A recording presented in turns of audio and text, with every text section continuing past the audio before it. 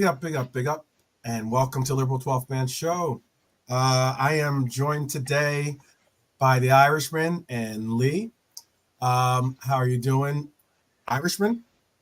I'm very well, very well. How are you boys? Good. And Lee, how are you doing? Yeah, good mate, all good. Oh, good. Dry now, as I just told you, I got a right Yeah. stroke in less than half an hour ago. I was drenched, absolutely drenched. My jacket is just drenched. Stay dry out there. If you're in Liverpool right now, stay dry for sure. I thought it was you that was after ruining your €100 pair of All Stars, Lee, in the rain. I thought that was Trying Get to down keep to those the things club dry. shop, lads. Get down to the club shop, lads. Get them while they're hot. Get 'em Limited while they're edition. Only €100. Only 100 sterling. I barely 100. I will admit though, some of the gear is pretty cool. I will admit that some of the gear is. We have a little bit of a little update. I know that they did just they unveiled the third or the away kit, I should say, not the third kit. Yeah, But the Lee away, just showed it to us. Lee was just modeling it there a minute ago. yeah. But they did apparently they played in the away kit in the in I think it was for one I think it was the youth academy played in the away kits, and Right, they okay. kind of leaked it before they officially brought it out technically. So it's kind of interesting. But the away kits look fire, though, I'll tell you the truth. They do look fire. What's the main Nike's color trying to on go them? out Are they in a like big yellow, hurrah. Are they like what's the main color? Like yellow, white, green? I think the main color is like it's kind of like black. It's like a dark black. Okay. There's not really like a solid black, but it's like a black with like a teal. You know, like that teal color that we Oh, I use know that. sometimes. I think that's Yeah. what they call it. I think that's teal. Yeah. Very Yeah, similar to they can look okay. you know, like the Those- I'm trying to be. Yeah, we've had it in other kits too. Yeah, that or at You've least had that the color. We've had it in goalkeeper, other the kits. goalkeeper black kits, haven't we? We've had people really seem to like them, and the black training tops. They Yeah, seem to be very. They yeah. always sold out. I don't buy stuff, but I know people that always used to say like when they release a couple like really cool, like the blacked out kit where the crest was Oh black and the yeah, sponsor was black. I have that Like kit that's actually. sold I have out. the New Balance black on black. Yeah, The yeah, yeah. black outfit. I have that one. That one's dope. That one's Yeah, definitely that dope. sold out really quick, and I think they brought Oh out yeah. another black I training don't even know. top. I And don't that even know if they sold played. out. Did they ever? I don't even know if they ever played in that kit. To be honest with you. No, the sponsors wouldn't allow that. The sponsor has to be visible on it. That's just a kind of a Gotcha. yeah. The sponsors want their names. We're not paying 10 million quid a year, so you black out our name. I don't think so. Right, Man. right. That's true. I don't That's a good care how point. cool it is. That's a good point. I never really thought about that. Yeah, that's a very good point. Yeah, the black. I have that kit, but I've never, like I said, I never saw him wear it, and I was like, and then like people when I do wear it, they often say, "Is that even a real kit?" And I'm like, "Yeah, it's a real kit," because it's like they've never seen it. Yeah, yeah. So, oh Hi, man, but Barney. big Hi, up Bernie, big up Richard, big up YouTube name. Good afternoon to you all for sure. Good afternoon, Richard. good evening, good morning, wherever we're reaching you in the world. Yeah, Philip as well. I called today's Saturday social just to be like, just have like a little bit of a roundabout, like just kind of talk, give a little a little bit of what was going on yesterday. I mean, I got on Beijing Reds, shout out to Beijing Reds TV, and we were talking about pretty much so many different topics that was like a very, very interesting session, got into some very, very I wouldn't say maybe controversial topics, I guess you call it, but I mean, still the same was, difficult topics, stuff that, I remember Lee and me, Lee and JK were talking about for a while in the back office. But I also brought up on the show yesterday, basically, we have a team coming back. We're most likely, I've heard that the players that played in Europe and the players that played in Copa aren't going to be on the preseason tour, which is interesting. I mean, the preseason tour is far enough a way that they should be able to be a part of it. That's what I would think, right? I mean, usually you'll get like a week or so of a break, but apparently I've seen reports that they won't be like actively on the roster to be able to be available to play for the tour. No, it's normally 2 weeks extra from what I don't know, but just quickly, they normally say like I don't say 7 to 10 days, like usually 10 days or something. well, like it's normally 2 weeks extra from a big tournament. That's just normally, but it'd be from whenever you like if you go out at the end of the group stage, yeah, or if you stay in it till the final. Obviously, yeah, then like the guys that were staying in it to the final would always end up like being the last guys to come back. Mhm. Copa as well. Yeah, I suppose like sometimes that does happen a lot. Anyone that's out in Australia, they'll tell you that those preseason tours, a lot of times you don't see the big names. You don't always see them. It can be a bit, there's a sprinkling of them, but like you had all that trouble there recently with when Messi didn't play in some tournament and I wanted their money back. So yeah, it is. Yeah, like often it is quite disappointing when you hear like, "Oh, we're going to Australia for the first time in 6 years," and then you see all the players that aren't going. Like you see this year, like everyone will be fired up to go and see him in Philly, and like then you see all the players who aren't going to be there. It's Yeah, like, it's kind of oh, okay, that's kind of disappointing. That's a little disappointing. yeah. They find out after they sold all the tickets, Exactly, and that's a little disappointing. Like I want to root on my team, but I mean I also want to see the big names on. But it is what it is, I guess.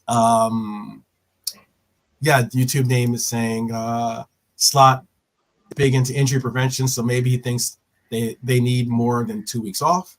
I have heard that he has done well with his injury, like maintenance and such. Well, we have been, how we have, I don't want to Mate, admit, but we had a lot, we haven't we? suffered We've in the talked a top lot about years. injuries. Yes, we have. That's the thing. We Yeah. really have talked a lot about injuries. It Over was the the last few years. volume of injuries last season. It wasn't just that we had injuries. It was just the sheer bloody number of them, the volume of them. It was bloody horrendous last season. No sooner had a player come back and 3 more went out injured. Say, one player comes back, 3 go out injured. It's just the way it was last season. We couldn't catch a break. To put it in a mild, way. Bernie's saying she thinks the team are leaving for the U.S. on Tuesday, and they get 2 weeks extra off. And she also said just the constant rain. Oh, rain. Okay, constant rain. No sign of summer yet. Yeah, definitely. Okay, she's talking to you too. My fault. They're getting. I guess. I guess you're getting a little bit of rain in Ireland too. I guess that's cool. Oh, it's not a great summer. Like the sun has just come out there about an hour ago. It's nice and warm, but yeah, it's not a proper summer at all this year. Really isn't. It's kind of like a war. Yeah, just rain one day, sun the next. Boring, depressing. Today was a weird day. I got soaked early in the day, but because it was dead hot and sunny early in the day, I got back home and my shirt was soaked on the back and the under the arms and that. And I only walked up the road to the high street to get some shopping, and I was soaked me back. And then I went out before about an hour ago, and I got peed on, but it was just torrential biblical rain downpour. The gutters were just like and washed with water. So I've been soaked once by the heat and then by the wet today. Yeah. Big up Hylor, big up Cedric, by the way, too. Hey Hylor. Yeah, I was going to bring up the main topic, but since we are talking about preseason, I'll bring up this right now. What's that? No, I'm just sorry. Hylor is just saying something about new tech. Oh, okay. I said we got Windows Yeah, 11. he did we? has. He said I've seen some of the views of what they're bringing in to training, and like there's the one where they're like they people were referencing as if they were like fighting, but they're not fighting. They're like they're utilizing this whole like system where they're getting you. It looks almost like they're playing American football almost, because they're like going into these like pads, and they're preparing you to like be able to be more physical with your players and your opponents and the like. So that's not. I don't think that's like anything anything super weird. I think that's actually, if we haven't been doing that, then we need it. We could use it a little bit with our abilities to stop corners sometimes, or at least stop set pieces. But I'll bring this up first, since we're talking about what's on the horizon. 4 weeks, basically 4 weeks. This is Virgil showing off the number 4 here. The reference to his number 4 weeks before we actually get into actual games and the ones that count at least. Yeah,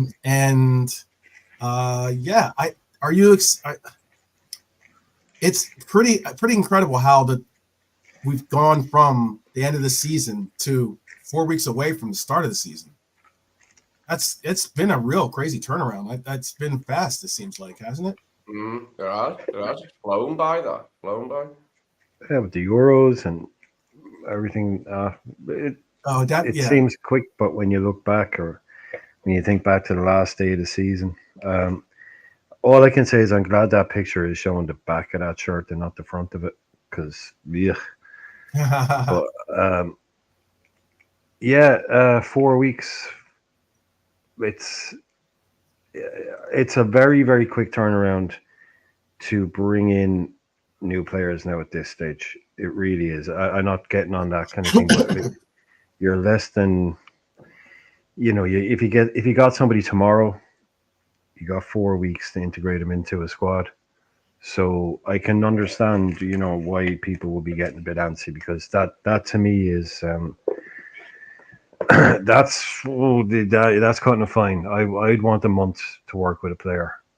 Yeah, Ideally, exactly. I'd want to work Exactly. a month to work with a player. Exactly. Getting a guy in 5 days before the new season starts, the plane, to use And then to our get a kind whole of new system thing.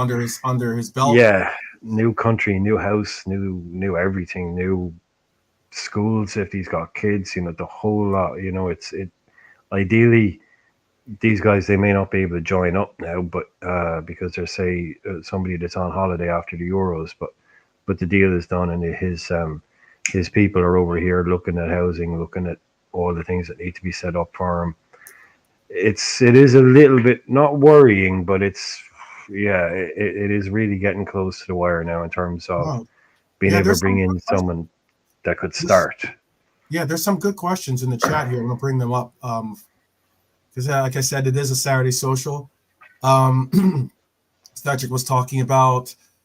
He says he saw people criticizing the glasses on the goalkeepers. I saw that too. I didn't see the criticism, but I did see The what now? them utilizing they have like the What? dummies, or like basically again like these like they're supposed to symbolize as if they're defenders or other attackers possibly.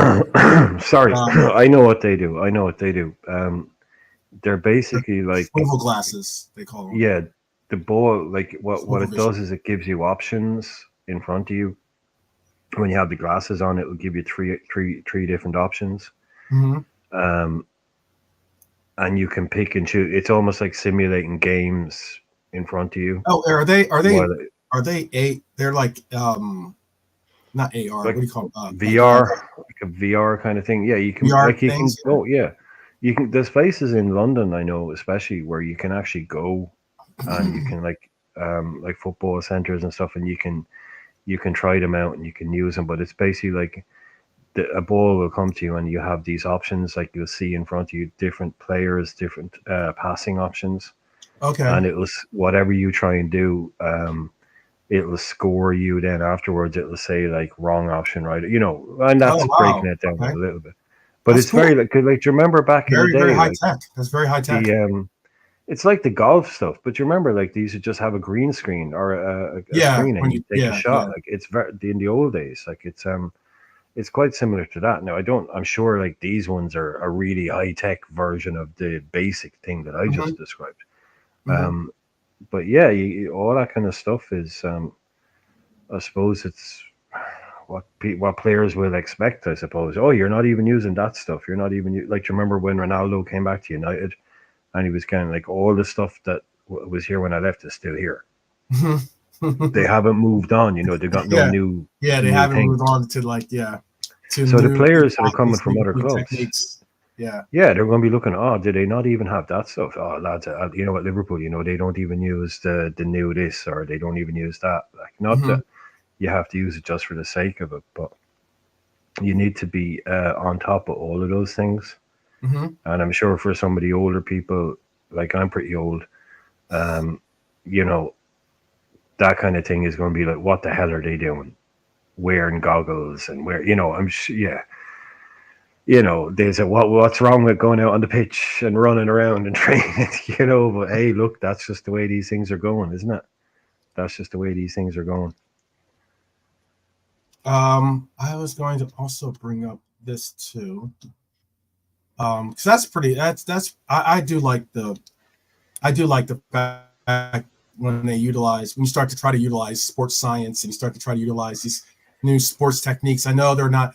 I know it's kind of like I'm people will sure we probably weren't at reflect the back to Rocky Stone Age. Four. I think it was Rocky Four. Yeah, Rocky Four when it was The Dolph Drago. Was Lundgren it one. Rocky? Oh yeah, that's Rocky Four. Yeah, Yeah, when he was using all the new high technology stuff in Russia and Oh, like yeah. and Rocky went back and was like chopping wood and like and yeah. Well, chasing exactly. I'm sure chickens and we stuff. weren't chopping wood last year. Like, I'm sure it's not like we don't. I'm sure last year, like Pep Linders is a pretty tech savvy guy. I'm Yeah, sure. yeah. We weren't back in the Stone Age. Maybe there are things that we weren't using, but I'm sure we were a pretty, progressive club in that kind of way. We were probably using all the latest ideas anyway. So it's not like I don't imagine we were one of those clubs like, oh wow, computers, what are these? Like it's. I'm sure we were right at the edge of that kind of stuff. So, Right. No, but that's the second you're best not in there Rocky like movie, by the yeah, way. kicking meat or something like that, like Yeah, we're Rocky not in there chopping punching wood meat, and punching meat. Yeah. running I up the like. steps on I the. think that might even be my favorite Rocky movie, to be Oh, honest with that's you. what they I'm have. not saying No, it's the that's what they best have to one. do, Brian. They have to. We have Well, to have like. I'll have to try to like get in touch with someone at Liverpool and tell them they have to have someone run the steps like Rocky when they play in Philly. any steps in Liverpool, Lee? Oh, don't worry, they'll do that. Any Yeah, there's steps? loads. You think they will? You think they'll do Oh that? yeah, someone will do that. Don't worry, someone will do the Rocky thing. I'm just wondering who would it be? Yeah, who would you guys in the chat? Who Virgil. would you guys want to see do the whole like running up the steps and like the whole Virgil. Rocky thing? That would be Definitely Um, funny. Virgil. maybe Virgil? Thiago, because that'd be funny with his injury record. No, no. Well, he's He would gone, need, dude. Actually, yeah, he would need help up the steps. the I would man, say, the man for it would have been Firmino. The man for it would have been Firmino. oh, that would have been great. He would have had the best crack. He would have I been think like, "Bah, bah, bah, Robbo's gonna bah," be. I think yeah. Robbo would be good at it actually. Oh, I can see Robbo with the towel around his neck and the hood up, Yeah, and I can see Robbo with the bandages on his hands doing all. Yeah, I can see Robbo yeah. doing that. Yeah. Imagine, No, no, no! Don't let Darwin near it. No, don't let Darwin near it at all. Look, Sorry with a yeah, chair. no, no. not with a chair. Oh, that'd be No, hilarious.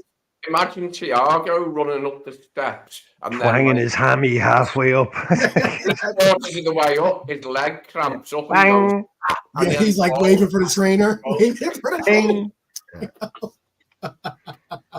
That guy with the Oh pork man, pie that'd hat be comes funny. on That would around. be funny. Harvey's a good Yeah. shout. Harvey's a good shout. That's a good shout. Oh man. Um that would be funny though. That would definitely be funny. Clubber Hi, Lang. Marianne. Clubber Lang. Yeah, that Oh was yeah, Mr. Rocky Steve. 3, I think, That was was Clubber 3. Lang. Yeah, Rocky 1 was like, if you watch Rocky 1 now, we just call it Rocky. It's like Mean Streets or something. It's not like that's a really serious movie. Like there's no like that's a really kind of depressing movie. Oh And yeah, by the time Rocky, the yeah, first one is Rocky really 1, 2. realistic and gritty. The second Yeah. one, it's like it gets a bit kind of whatever. And then by three, and you've got Carl Weathers in his giant American Lincoln top hat and a stovepipe hat and all this stuff. They've gone Mhm. full Hollywood at that stage. But by the time, Yeah. like the Rocky Four, that is an unbelievable movie. He was scary. Like Lundgren was actually scary Yeah, to and look Yeah. at. Like when you were a kid, it was like scary as Jesus, well. But would he Lundgren kill you? was Like I was the that right thing. age for Rocky 3 and 4. I was too young for Rocky 1 and 2, you know what I mean? But 3 and Mhm. 4, I was the right age for them. Like, Oh 3, wow, Marion. I was still in primary school and Rocky 3, come on. But Rocky 4, I was like a teenager nearly by then, or I was a teenager, about 12, Yeah. 13. And that was brilliant, that one. Because, Oh, some everyone used movie. to go, years ago, everyone used to go to pictures in a group. Not everyone, but all your mates, you know what I mean? A big bunch of you would go in a group to watch it at the cinema. And I remember there was like a younger lad sitting in the row in front of us, and when Dolph Lundgren killed Apollo, when Apollo died, this younger lad burst out crying, which we found hilarious. Oh goodness, Because I we were gotta bring older that up. boys Yeah. by then, and this was funny to us. Rest in peace, Carl Weathers too. Yeah, definitely. Oh It yeah. was Um, that bit like, If he dies, he yeah, dies. yeah, I know. oh Dude. yes. Yeah, Talk Because you about remember, like when he hits the thing, like the fairground attraction thing, like they just turned that punching bag machine into like a super high tech thing, and he hit yeah, it, and they were like, "That is the hardest punch anyone has ever hit." It's just like, yeah. if he dies, he dies. Oh man. That Oh, thing. That's all it was. It's just thing going bing. that would be great. Yeah, Adrian would be good. At least we put if yeah, if Adrian was still with the club, we could have someone be like, Adrian. That's what, Yeah, that would have because been good. Jurgen did that himself.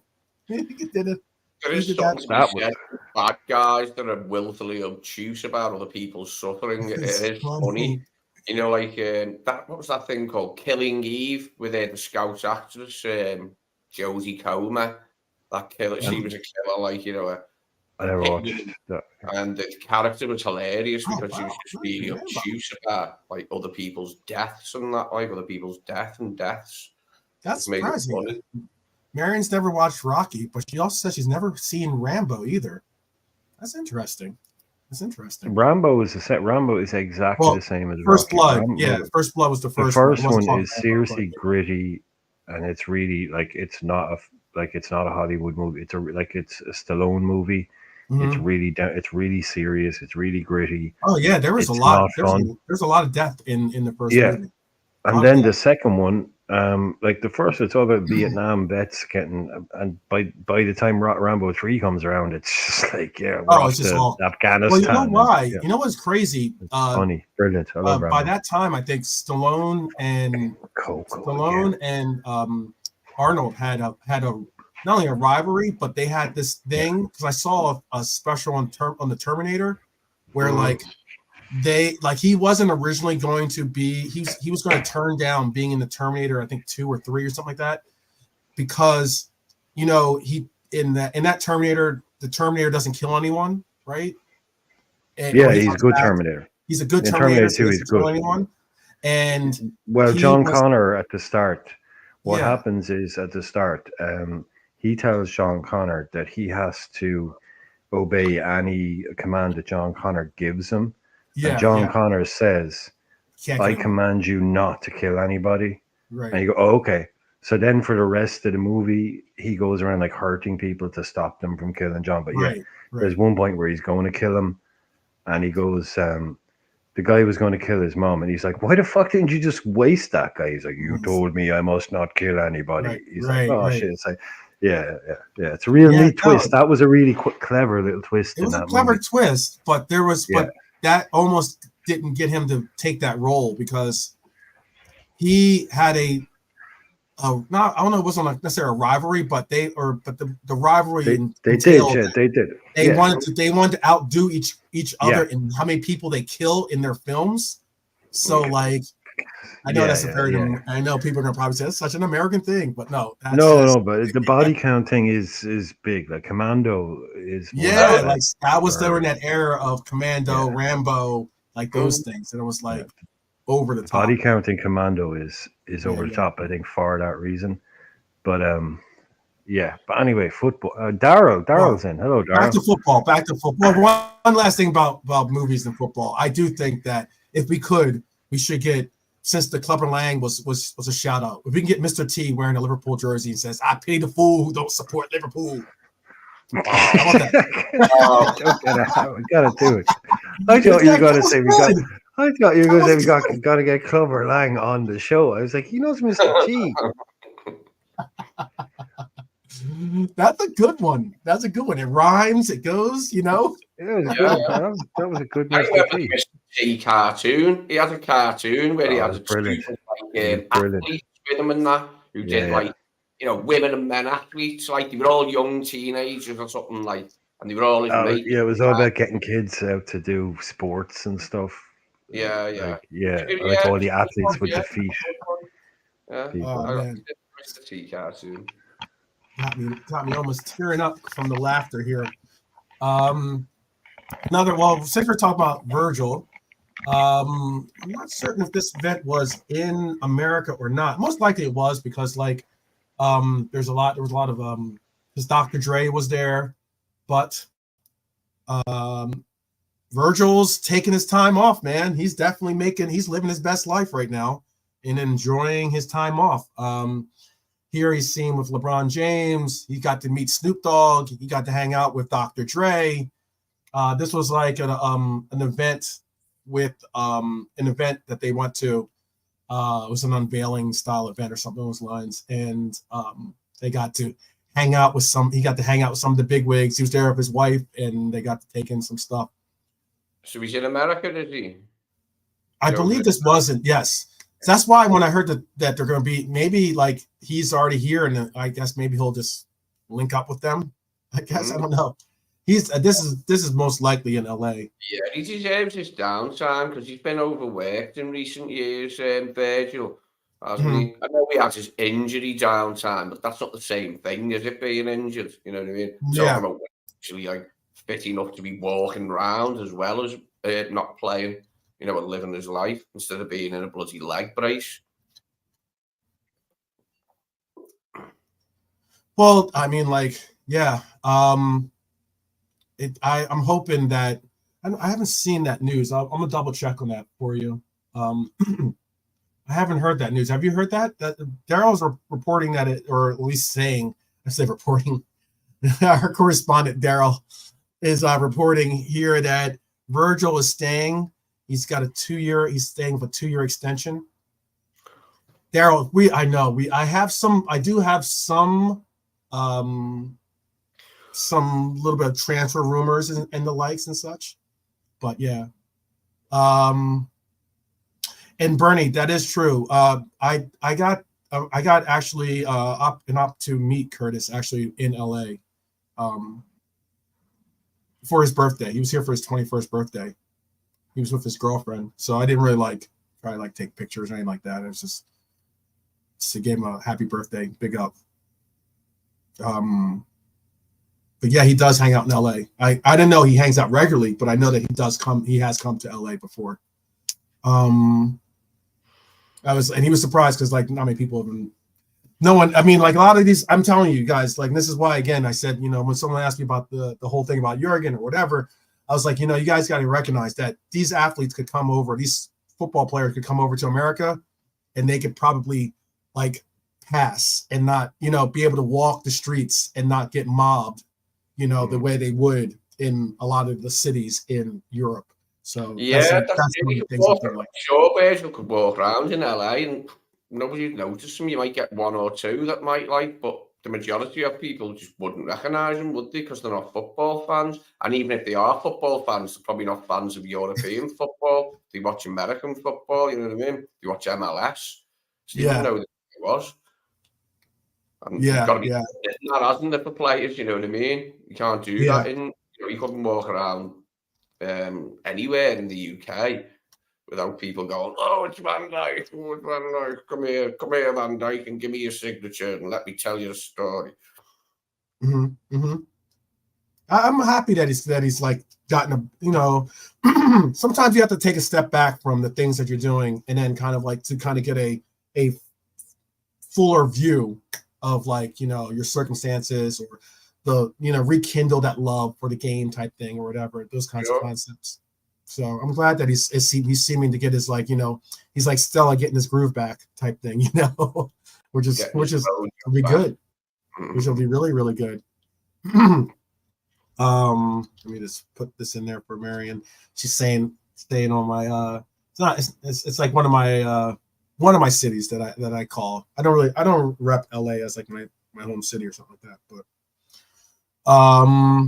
but it does matter what part of LA you're in. But yes, so he's getting his group back. I am.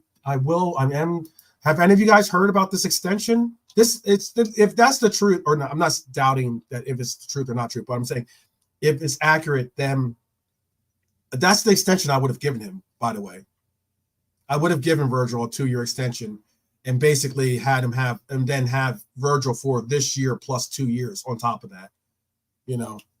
I think that's a perfect extension. He'll be like 36 by that time. He could go and if he wants to go to Saudi Arabia and collect that bag, or like he wants to go to MLS as you pointed out earlier, and kind of like live out here in LA with like the superstars and the likes.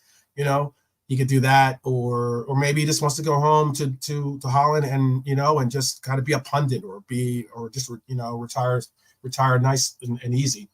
But I think that would be a good extension to give him. Are you on? Or do you agree with that, Lee? Yeah, I think that's excellent. Two more years to add to the one that was already on his contract. That's 3.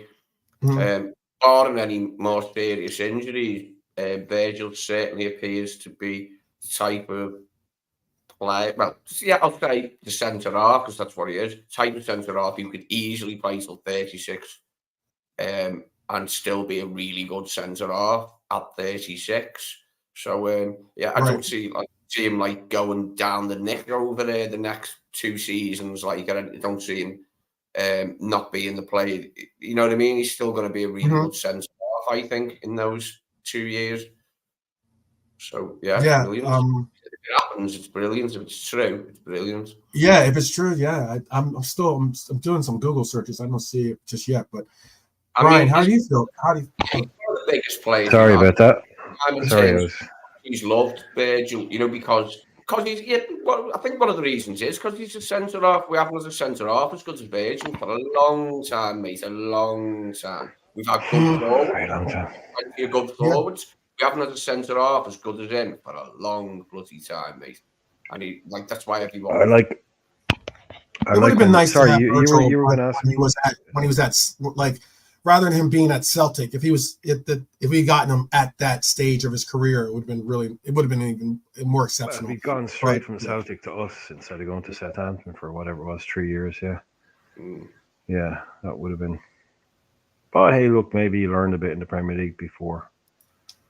I don't know, but it is what it is. But I like when a player like Virgil comes along, because sometimes there can be at clubs, there can be from fans, you can have a lowering of the bar after a while when Mhm. you haven't had top players in positions, and you think, well, no, this guy's good enough, and every now and again a player like Virgil will come along and go, yeah, that's what a top centre half looks like.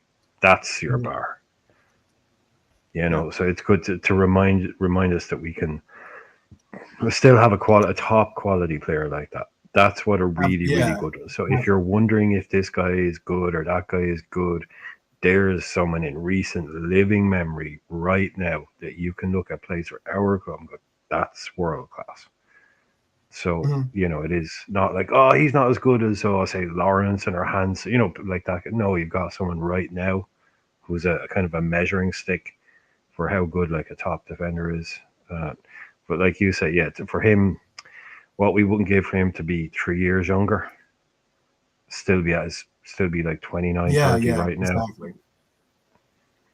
Yeah, that'd be exceptional, exceptional. What and I guess they're also offering Salah a 2-year extension. Daryl's saying too. Is that That'd be true? great as well.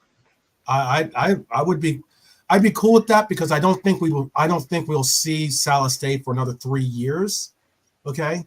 But I would be cool with that in that it definitely gives him more of, there's more bargaining power to say to Saudi Arabia when they do come, because they will come continuously for this player, no matter if it's this year, next year, the year after that, they'll continue to come back for him.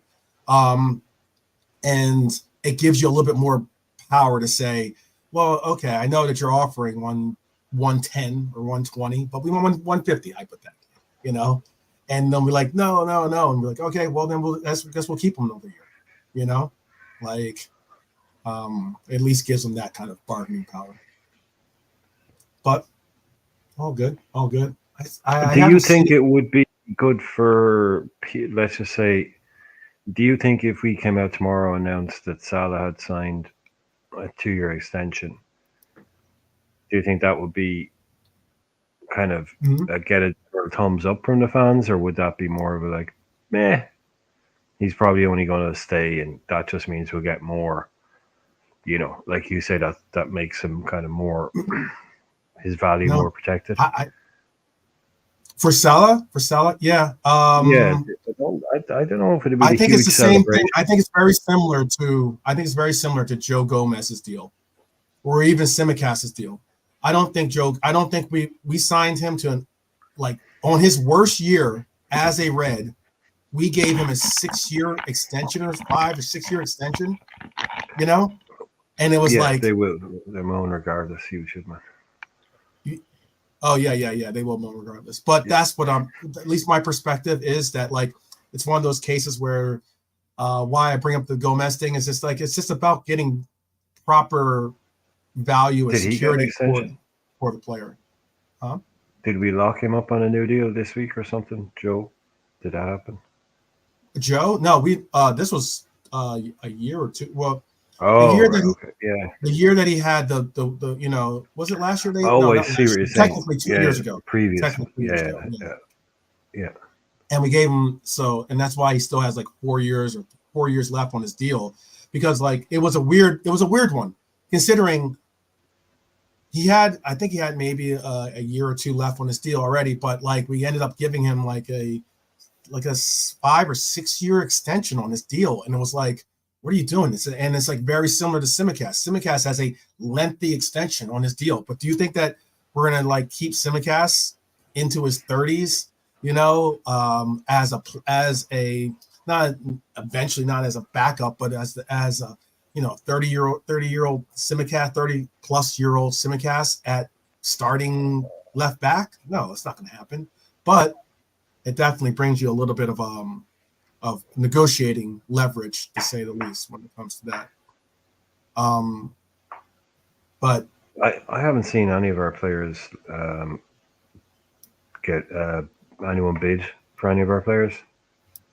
I haven't seen any link, that was even like. yeah, that's something that's been a topic. That's been a topic brought up. I think we talked about that yesterday, though. We did talk about how, like, sometimes people, or at least some of us, have been. There's been some fans out there.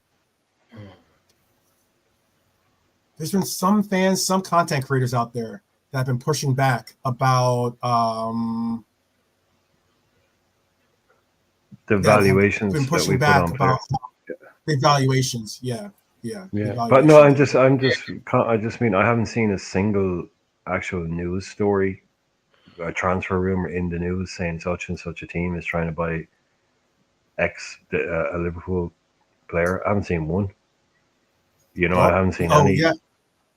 Oh, you I mean haven't for seen an any X, links. an No, no, actual? no. Look, I haven't seen this summer a single transfer rumor story Mm-hmm. saying that any club is looking to buy X Liverpool player, XYZ, whatever, A, B, C player. Oh, I, got you. I haven't seen that currently plays for Liverpool Football Club in England in the Premier League. That Liverpool Football Club. I haven't seen a I didn't. I thought you meant single. like. Yeah. I thought you meant like. No, I know when I Sadio said Mane, X, something like that, or well, I don't know why. I Yeah. didn't want to name every player in the squad because right. people would have a You fit. mean X, And people- not EX. Got you. Just hope that So- somebody comes in from one of our players, like, and really intends on getting them. It doesn't happen, like, right at the end of the window, so we only have, like, days to spend the money and replace them, you know what I mean, before the window shut. That gets on me tit, that. I mean, Fabinho and Henderson left fairly late in the window last summer, and we didn't have an awful lot of time to replace them. The Salah stuff came very late in the window last summer. Salah to Saudi Arabia, you know, every week there was a new figure quoted and a new length of contract and a new No club. talk of that. You know what I mean? So, But I just mentioned this because you're talking about Simicast and Yeah. I mean, Queevy and Kelleher. I mean, there's no where are the bids? Where are the bids for these players? Where are the bids? Be going? Where are the serious it's the serious bids at least too. Like, I've seen this is bids. what I've I've been seen saying. bids for players, but but the bids have been excessively low for the players. But like what I'm saying about with Kelleher is this: what I said from day one is that the price the Kelleher is going to command makes it very difficult for a club to buy him. There's only going to be a few clubs. It's very few clubs. The type of clubs that are probably going to want him. Most of them probably couldn't afford that. Like, and that he'll go to, that he would be prepared to join. Daryl has gone full for Bristol. I know Daryl's going full, like going all in on it. Yeah. I don't know. I mean, like, look, I see, I'll bring up his statement here about, he said he found out that today that Jorge Mendes, so I don't think it's George, I think it's Jorge, but Jorge Mendes, agent of Nunez, Jota or Hata and Altinari, they hate each other, and Edwards wants Nunez and Hata gone. I don't know if that can be that accurate, considering that. Hang on, who hates who? Yeah, who? Yeah, I don't know how. Jorge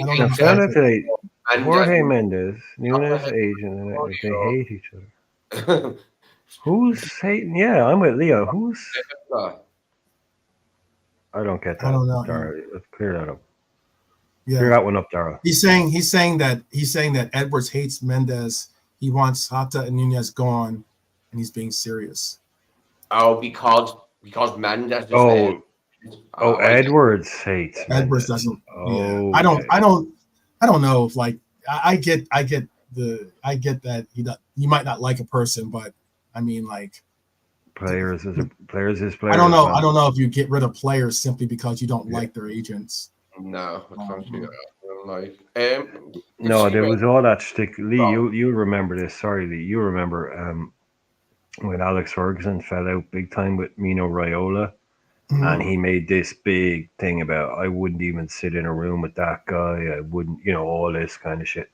Yada yada yada.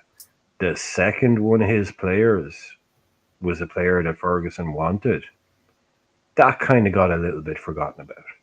Yeah, they do it in a way that whatever. But if Mbappe is a Raiola client, he switches in the summer to Raiola, and Man United want Mbappe, and they're top of the tree.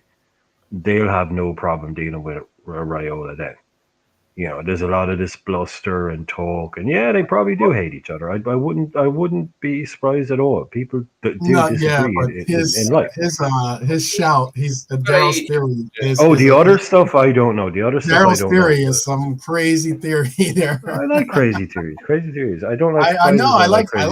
I don't mind seeing them and listening to them. They're fun to pick them apart and see. Also, I'd want Anthony Gordon plus Bruno Guimaraes for the Jota. What are we talking about here? Jota plus what? Like £5.50 bus fare home for Gordon. I mean, what are we talking about? There's absolutely no way. £50 million plus Anthony Gordon at the very least. No, actually, Gordon can more than that.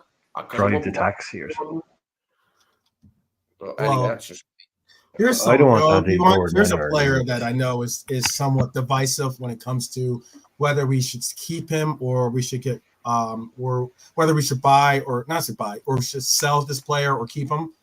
And that is according to Empire of the Cup, they are saying, or at least according to Ian Doyle of the Liverpool Echo, he's saying Liverpool would want around 75 million pounds for the Colombian that is being Lucho, and would only sanction a sale once they had a replacement lined up.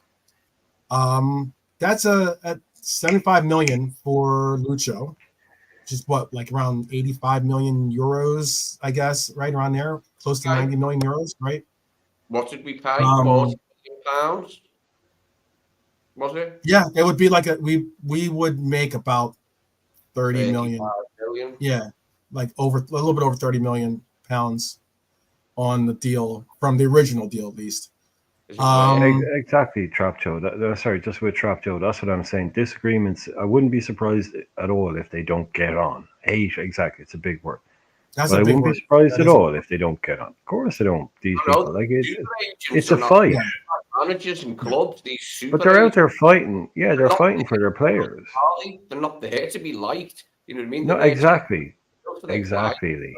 Lee. Exactly. They're fighting for their clients, so of course they're going to be the guy that goes button heads with the owners because some player will be sitting there going, "Do you know what? I don't really think I'm getting paid enough, and I don't really like this." And it's like, okay, dude, you sit there. Don't worry about it. I'll go in and say it to him. You don't have. You sit at home. Yeah, I'm walking straight into the owners. I'm your agent. I'll go in and tell the owner that you're not fucking happy. You don't have to. You just sit there. You should. I'm looking. I'm looking out for you. Like No, I he read a needs some great work. Yeah. I read a great quote from Oscar today. That's not Daryl. That also wait. I'm sorry. Sorry, yeah. Yeah, no, I was gonna say that is not ridiculously high for Diaz, by the way. Normally, when you go, I would say this. Why I'm saying what I'm saying is that It's top end. It's top end. if you go Definitely. normally when you go on to transfer market, for instance, I'm not saying it's the end all be all, but I'm saying normally when you go on transfer market, I think we all can agree that on transfer market, normally they value or put the market value of players on a conservative level, right? They normally put it at some conservative number. They don't like as in you'll go on there and you'll see players and you'll be like, oh, you've heard bigger numbers in the papers and the journals and everything else for these players, but yet on transfer market it's considerably lower. They're normally conservative when it comes to that. That is pretty much his market value on transfer market is at like around 75 million euros or a pound, excuse me. So Can I just do something quickly and translate that headline? Okay. Liverpool would want around 75 million pounds for the Colombian, right? Mhm. What that's doing is what you're setting a market value, right? This is basically a statement from the club. This is not even a story. This is the statement from the club. And the first half of that statement is saying, do not lowball us. He's not available for cheap. This is a highly prized player who's going to cost you a lot of money. That's what that statement is saying. Forget the 75 number. That's just saying this guy is not going to come cheap. Then it says they would only sanction a sale once they had a replacement lined up. That's telling you that you better get your money on the table quickly because they will not deal with someone showing up 2 hours before the transfer window is going to close and saying, we'll take him. That's yes, saying don't show up at the last minute. If you want to buy this guy, he's going to cost you north of 50 million sterling. Okay, forget the numbers on it. It's just saying he's not going to come cheap. And they're also saying we won't sell him in the last week of the window. right. We won't mess around. So don't play the kind of what was it, the hard ball game or the long ball game where you just kind of the brinksmanship game where you show up last minute like we kind of did. Just get your money on the table and make sure you give us enough time. Like we're talking about, this 4 week thing is already, the clock is ticking. So we'd want to get someone in and have them replaced. So it's basically put up or shut up is what they're saying. Don't come around the table last minute, Mhm. saying, "Ha ha ha! Here we are. With, the money we're going to buy him." Nope. Unless you have time, unless you have the money, unless you want to do it now. That's how that reads to me. It's very very it's kind of standard one that comes out. Forget the 75 million. They're just saying, "This you want to buy my house, you're going to have to pay me all the money." But then when you get around the table, it's like, "Oh, okay, we're not going to, we can make a deal." Right. But it's saying Right. don't expect to get it for 20 million quid. Don't well. Don't. It's Yeah. saying what you just mentioned earlier. I believe personally, and that is, it's saying the numbers that we've seen, or the bids that we've seen, as in like there have been bids, or at least bids, or reported bids or offers of what they would be willing to go make as their bid for players, and those bids have been incredibly low to where what is the asking price for the asking price of the club. And it makes sense, as in like, stop wasting our time with this these bogus bids. Again, we're not a thrift store. This isn't a bargain this isn't a bargain basement sale on our players. We have a good team that works well. They like a team that likes each other, works well with each other. There are parts and points that definitely can be corrected or at least improved upon. But let's be honest, this team is a good team. They didn't make top four or contend for the league for as long as they did and not be a good team. So the players that made it up are good players. Just so happens that their injuries, as Lee spoke of earlier, really kind of like took us away from some of the things, the accolades that we're chasing. But again, these players, I can't say it's enough. We need to have a mentality of not undervaluing our players as well. I know that we said that some of us maybe have an overevaluation for some of these players, but I don't want to see us then go the polar opposite and undervalue our players in the markets, when we're speaking about them, especially when we're speaking about them on open forums. But like, we have got good prices lately. When I said yesterday, "Oh, I hate it. It's like it's my money when we get shortchanged for a player." It has been very rare, and we have got good prices for our players in recent years, like Solanke, Nico Williams, who else? Fabinho. We got a good price for Fabinho after plenty of use. We got a decent price for Henderson after loads of use. So yeah, we have been getting good prices. Recently, we haven't been shortchanged very much, have we, in recent years? We're getting what we want now. I mean, that's my opinion, but I just think that if you do go to transfer market again, if you look at it, it's a good resource to utilize when you're trying to get a concept or an idea of like what the consensus market value is for players. And once you go there, you'll see these numbers and you'll say, wow, I thought he was worth more. Or, oh, I thought he was worth less. But that's the consensus. And the two highest players on our team, the two highest rated players on our team are Diaz and McAllister. Those are two highest rated market. If you go to transfer market, those are the two highest transfer market rated players on our team. And both of them are at the 75 million mark. And it's unfortunate as well. It does. You don't like to say it, but when a player is for sale, it basically the market will decide the price. Yeah, absolutely. The market will always decide the price. If 10 clubs want a player, it'll go up and up and up. You can forget Transfermarkt. They just put their thing there. But if you've only got one club that wants to buy a player, and their maximum that they can go to is 10 million, then that's what that guy is worth on the market. Yeah. On the open market, that's what he's worth. Right. So when you put a but if you're not putting a player up for sale, that's a little bit different. Yeah. Then he is still to a degree worth the most he's worth what the largest bid from a club that wants to buy him is at that time. If that meets your valuation, and that's what he'll go for. But this is kind of trying to steer clubs to a degree. I'm with Darrell.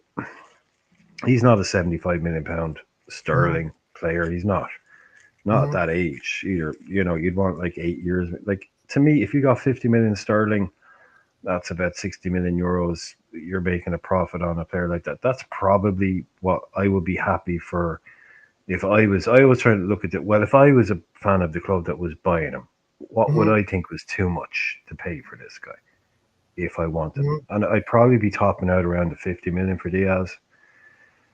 So I think he stays. I think I just think the for what. market though. What is the market for left wingers? Like as in the Well, that's what current I'm saying. market? You don't Yeah, know. Like that's the thing. You don't know. But does a club the amount of things that have to fall into a place? The club has to want them. The player has to be prepared to sign for that club. They have to give us the yeah, money. yeah, All of those things. Like, yeah. yeah, it's difficult for There's a someone lot like of him to factors find a involved. home, Yeah, absolutely. and that's why it makes it so much difficult for a player like, or so much more difficult for a player like Kelleher, because again at the Mm-hmm. end of it, he's just a goalkeeper. Mm-hmm. If you've got 20 minutes to spend on a player, then you're probably going to be looking at spending it somewhere else. Mm-hmm.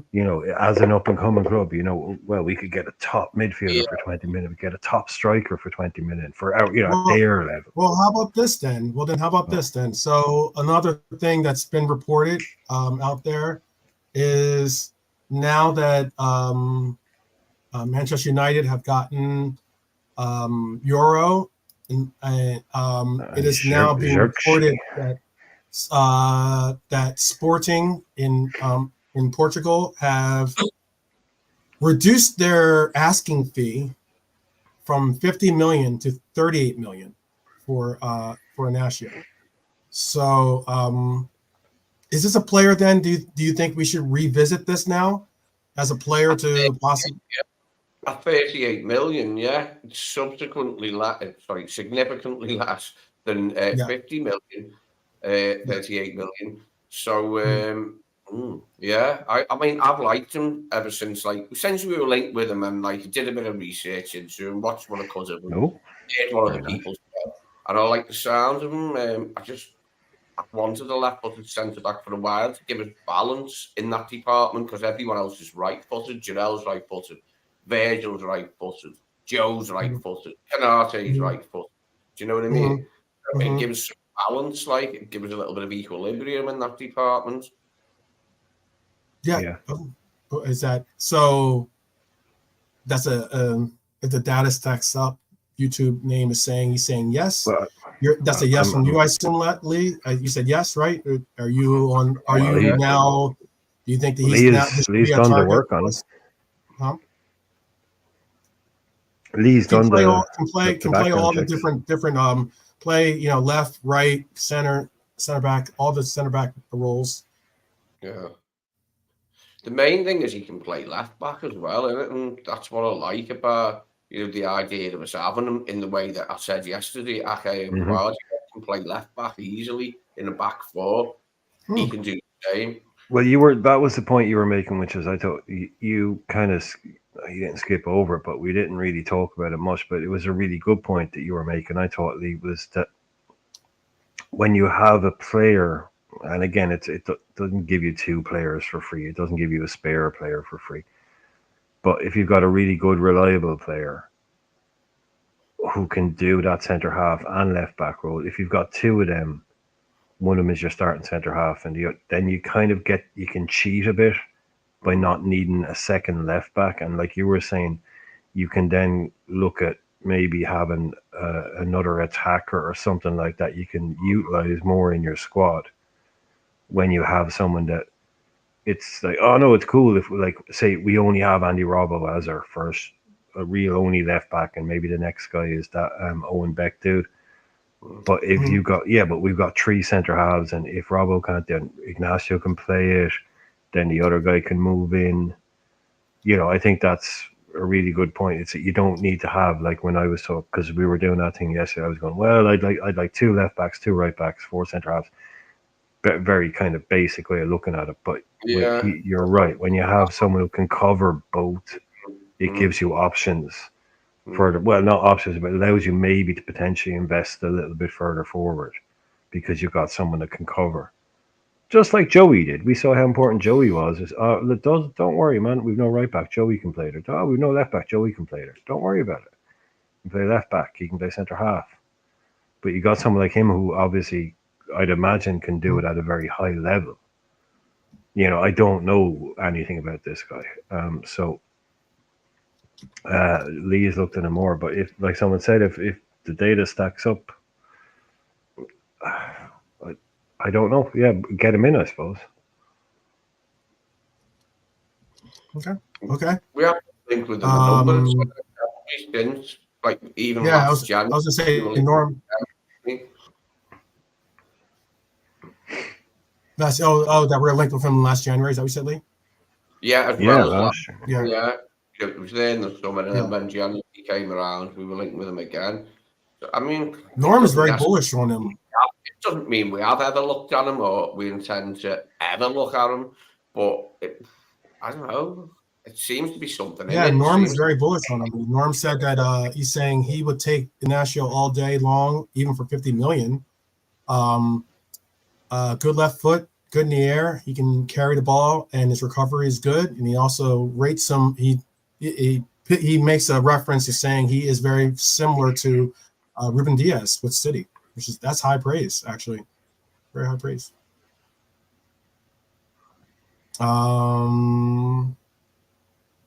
Yeah, Yes. good luck with 5 minutes. Yeah, I just go on the Trevor Francis thing. If you're taking into account, That's just football that's specific. with inflation. Yeah. Oh yeah, but if you take into account football specific inflation, Yeah. that 1 million obviously has. Yeah, my dad. I actually have a book here that I got from my dad back then, and it's called Trevor Francis, the first £1 million player. He actually isn't the first £1 million player. He's the first £1 million player in England, but internationally, there was another guy that had moved for £1 million before Trevor Francis did. I can't remember his name right now, but I reckon that's like that £1 million back. You're talking 200 these days. That in football money, that's a £200 million player. That's easy. That's Neymar money, probably around there, 180. Mbappe, Neymar money. So yeah. Yeah, I'll try to remember the guy's name. The other guy that moved for $1 million before Francis did, but it wasn't that long before. Was It was in another previous season. Yeah, that thing was internationally. You see, he's the first £1 million player in England. Yeah. And people would say also worldwide, but he isn't. There's another guy. Christ, someone's going to crucify me for not remembering. But anyway, he isn't the first. Yeah, where it would be likely, what country it would have been likely to have happened in. There's loads where it was not likely. It was. It was an Italian. It was an Italian transfer, and it was. I think an Argentinian. I think it was a South American player, and it was an Italian transfer. Don't quote me on any of that, but yeah. I'll bring up the name. I'll see if it rings a bell here. Is it this guy? Who? What guy? Is that ring a bell? Anastasi. Yeah, that sounds about right. Yeah, something like that. Yeah. 1968 became the first 500,000 pound player. Well, no, that's 500. No, first $1 million. Well, that would be that's because that's like $1 million at the time. That would in 1968 that would have been $1 million. But I get what you're saying. No, the first actually to officially move for one. Okay. So then you know who it is. I got you. I know who it is. I got it. Yeah. Giuseppe Savoldi. Right. It says in 1968, Pietro Anastasi became the first 500,000 pound player when Juventus purchased him from Baresi. But the next one is, and then which was followed 7 years later with Giuseppe Savoldi, who becoming the first £1 million player to be transferred. Yep. When he transferred from who to who? I'd have to pull that up there. Yeah, but I knew it was So I think I got that right. I think it was just Anyway, the myth of the first £1 million player has been busted. Giuseppe Savoldi. Trevor Francis track suits from a mush in Shepherd's Bush. Wow, that's crazy. Well, Norm, who was the first player? Who was the first player to ever be transferred for a fee of over £100? Do you know that? That's pretty crazy. That's a long time ago. Well, yeah, that's probably That's a long time ago. 100 Yeah. pounds. It's, But I mean, back then, I'm sure that in Yeah, I'm trying it to think was of the oldest player 1893. of it, like back in time, the first Yeah. player like I've ever heard of. yeah, it's one Yeah. of those old Etonian guys or Burnley Oh, guys. there you It's go.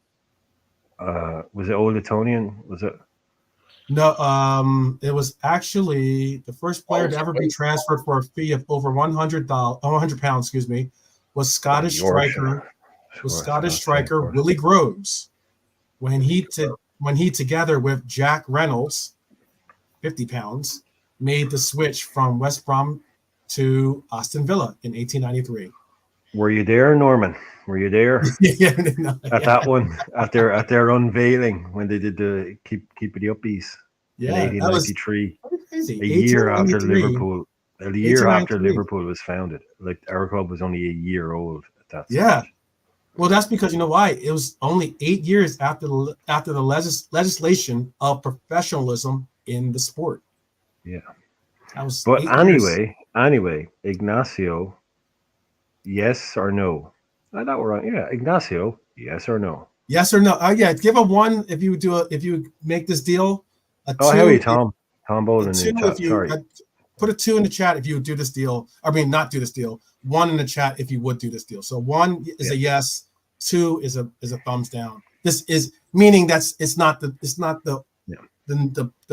price or the player that you would want to go. I know Norm's gonna put a 1. Yeah, I already knew that one. It certainly does, Marianne. 2 billion lira sounds way cooler. I used to love it when we had the different foreign currencies. Oh, when he had rather than the euros. Yeah, because he went for 700 billion Spanish pesos. It's like, okay, hang on, what's that? Oh, it's £2,000. Oh, okay. Oh, okay. There you go. Right. Yeah. I think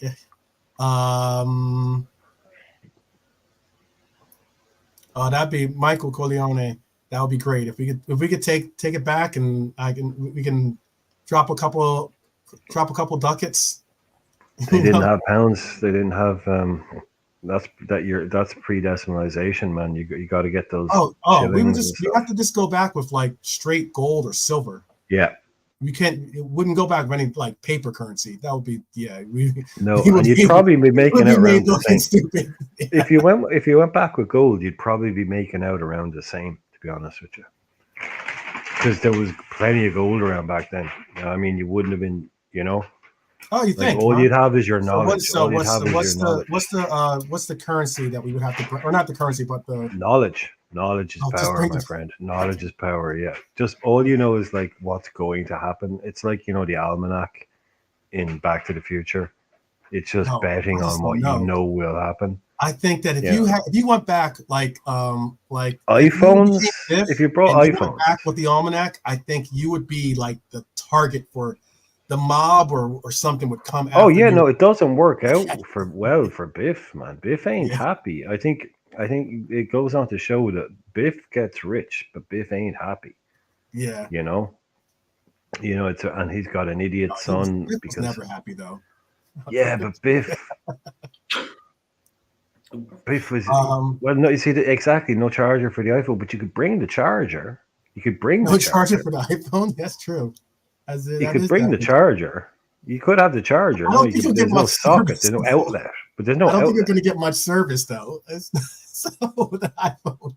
No, but you could dazzle them like, with it. I'm not getting a signal. I don't understand why. I'm not getting a signal. We could rig YouTube, man. We could rig up a dynamo or something like that. We could make power. But yeah, there would be no Wi-Fi. Definitely there'd be no Wi-Fi. Could you imagine if social media Victorian Wi-Fi was the worst, man. No, Victorian Wi-Fi was the worst. It was famously bad. Victorian Wi-Fi. Yeah, the plumbing and the Wi-Fi back in 1890 was famously bad. Oh man, so we only had a couple ones in there. I saw a couple ones. No twos though. No twos for this. That's an interesting deal. I think.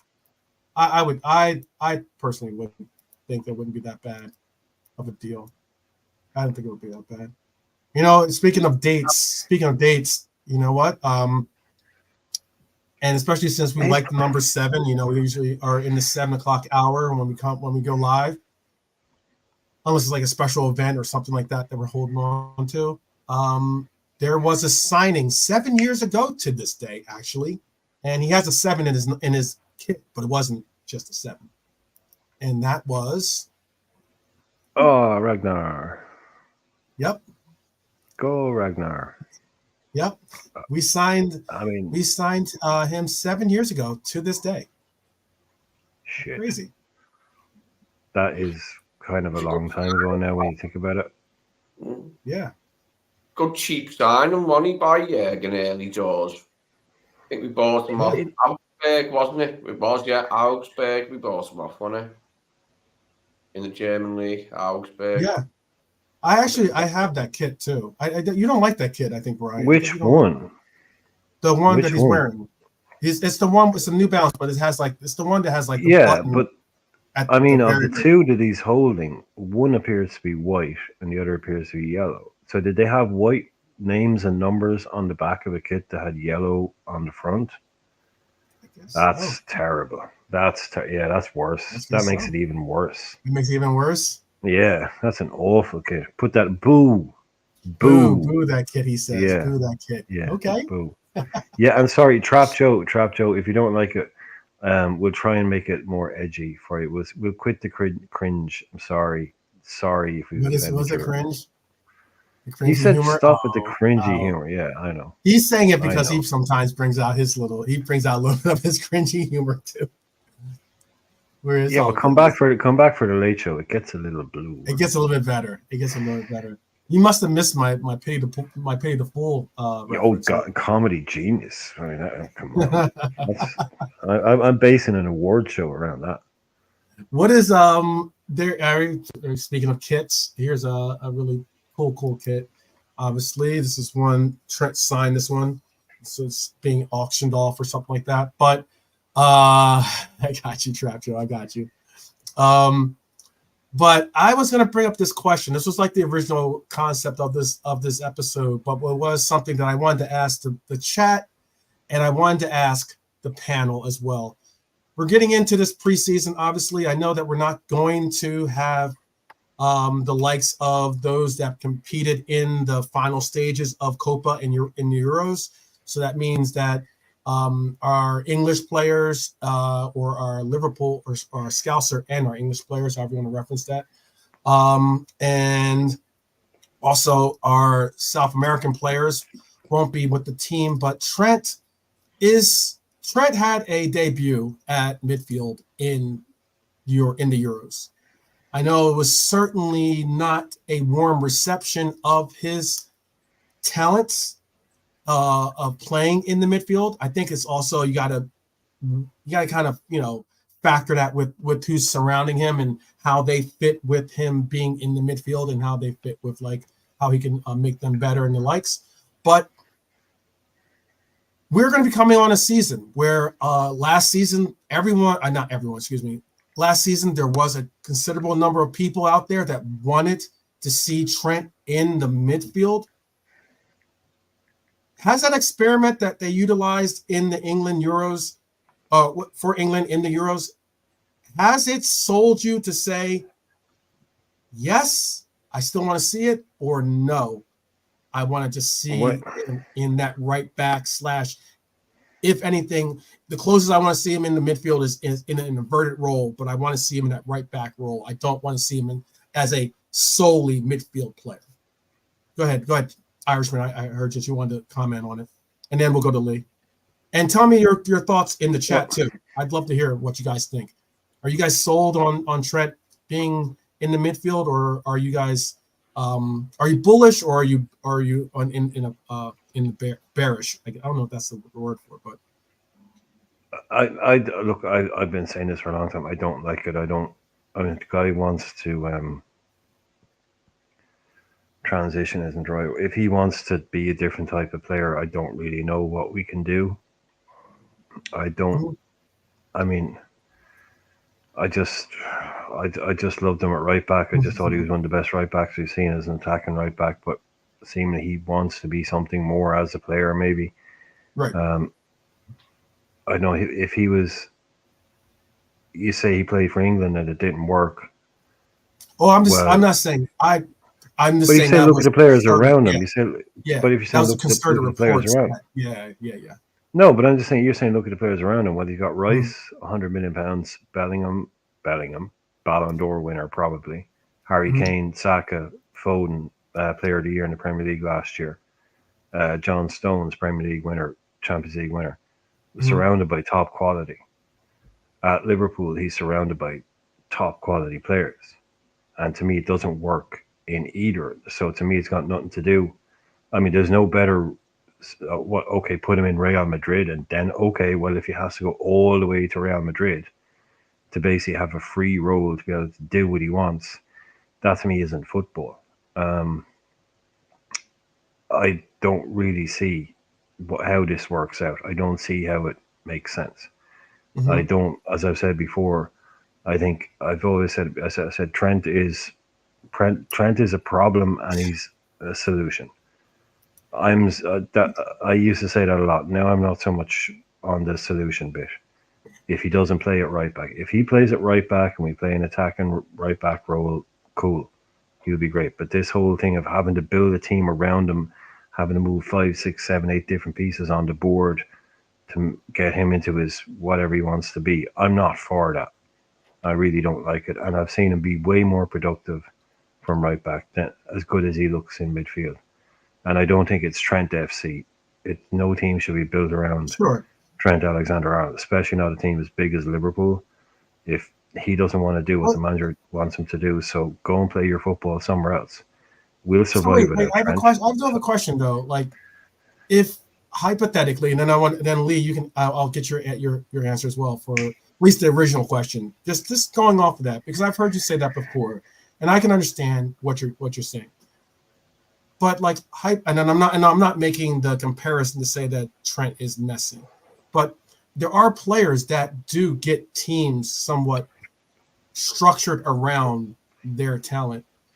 Do you not? Do you think that Trent's not at that in a level? way, to get some, no, you don't get a team built around you. Obviously, Messi is it's like that thing, where people go like, where people say like, when people are arguing on the internet, it's like, okay, as soon as someone mentions the Nazis, it's like, haha, you've lost, because as soon as you compare someone to the Nazis, it's just, yeah, whatever.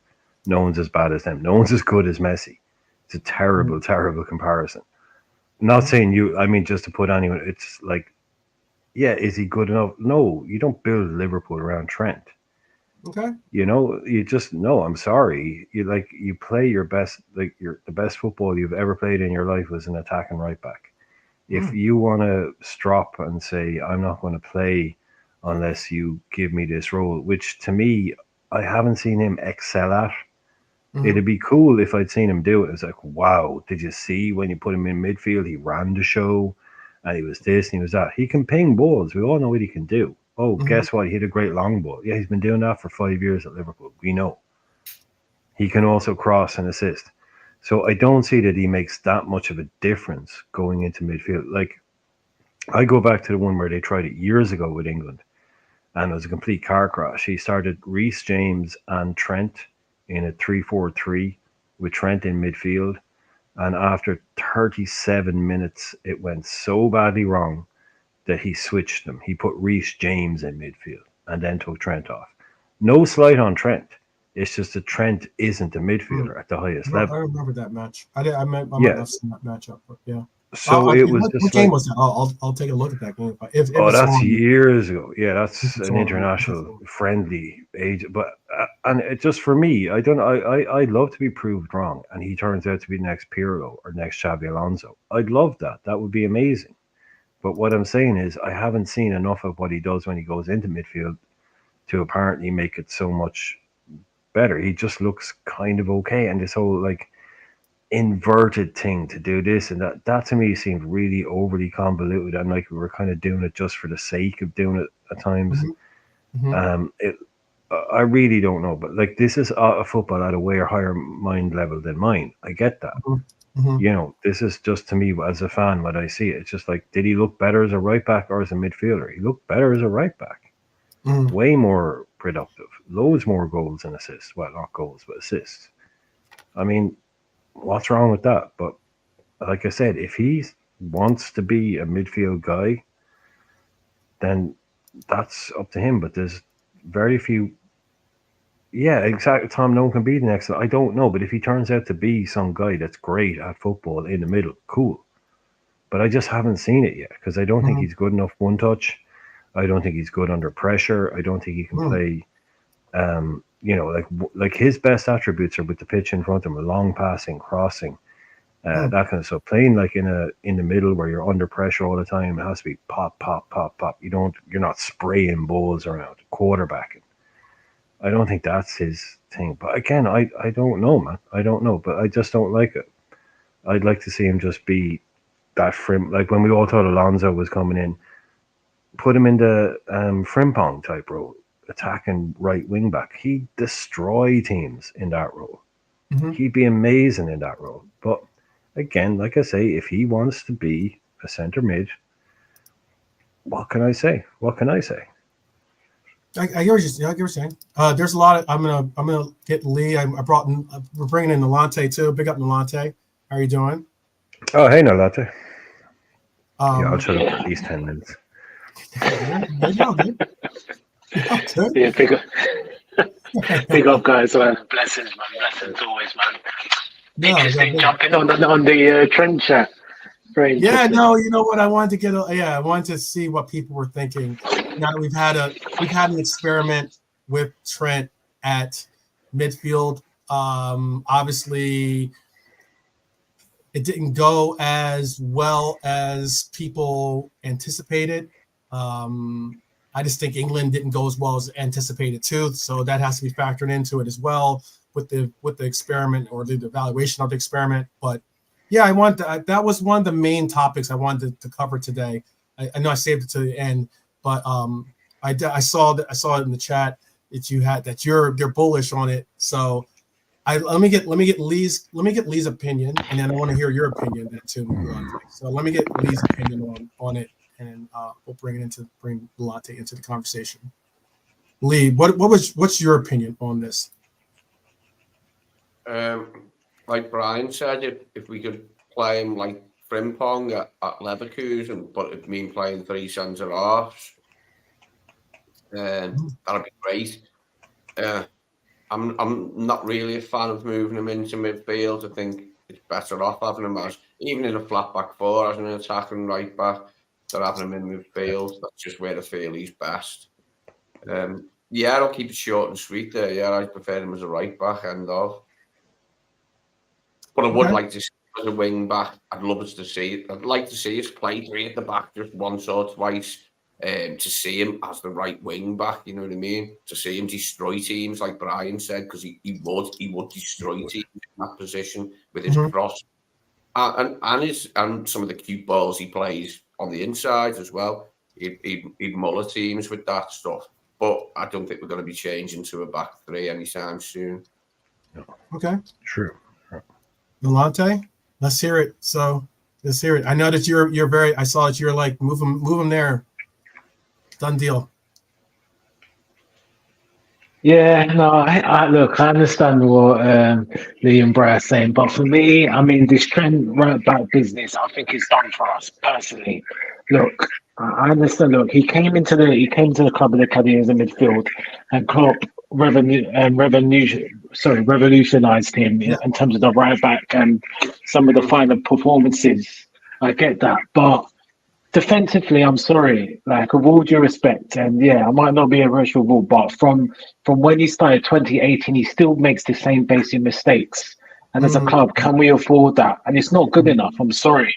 Like you're a professional for you played the position for 6 years, you're still making basic mistakes. It's not as if, like most times, you can say, "Oh, it's a bit of score." You know what, Trent? Nothing you can do there.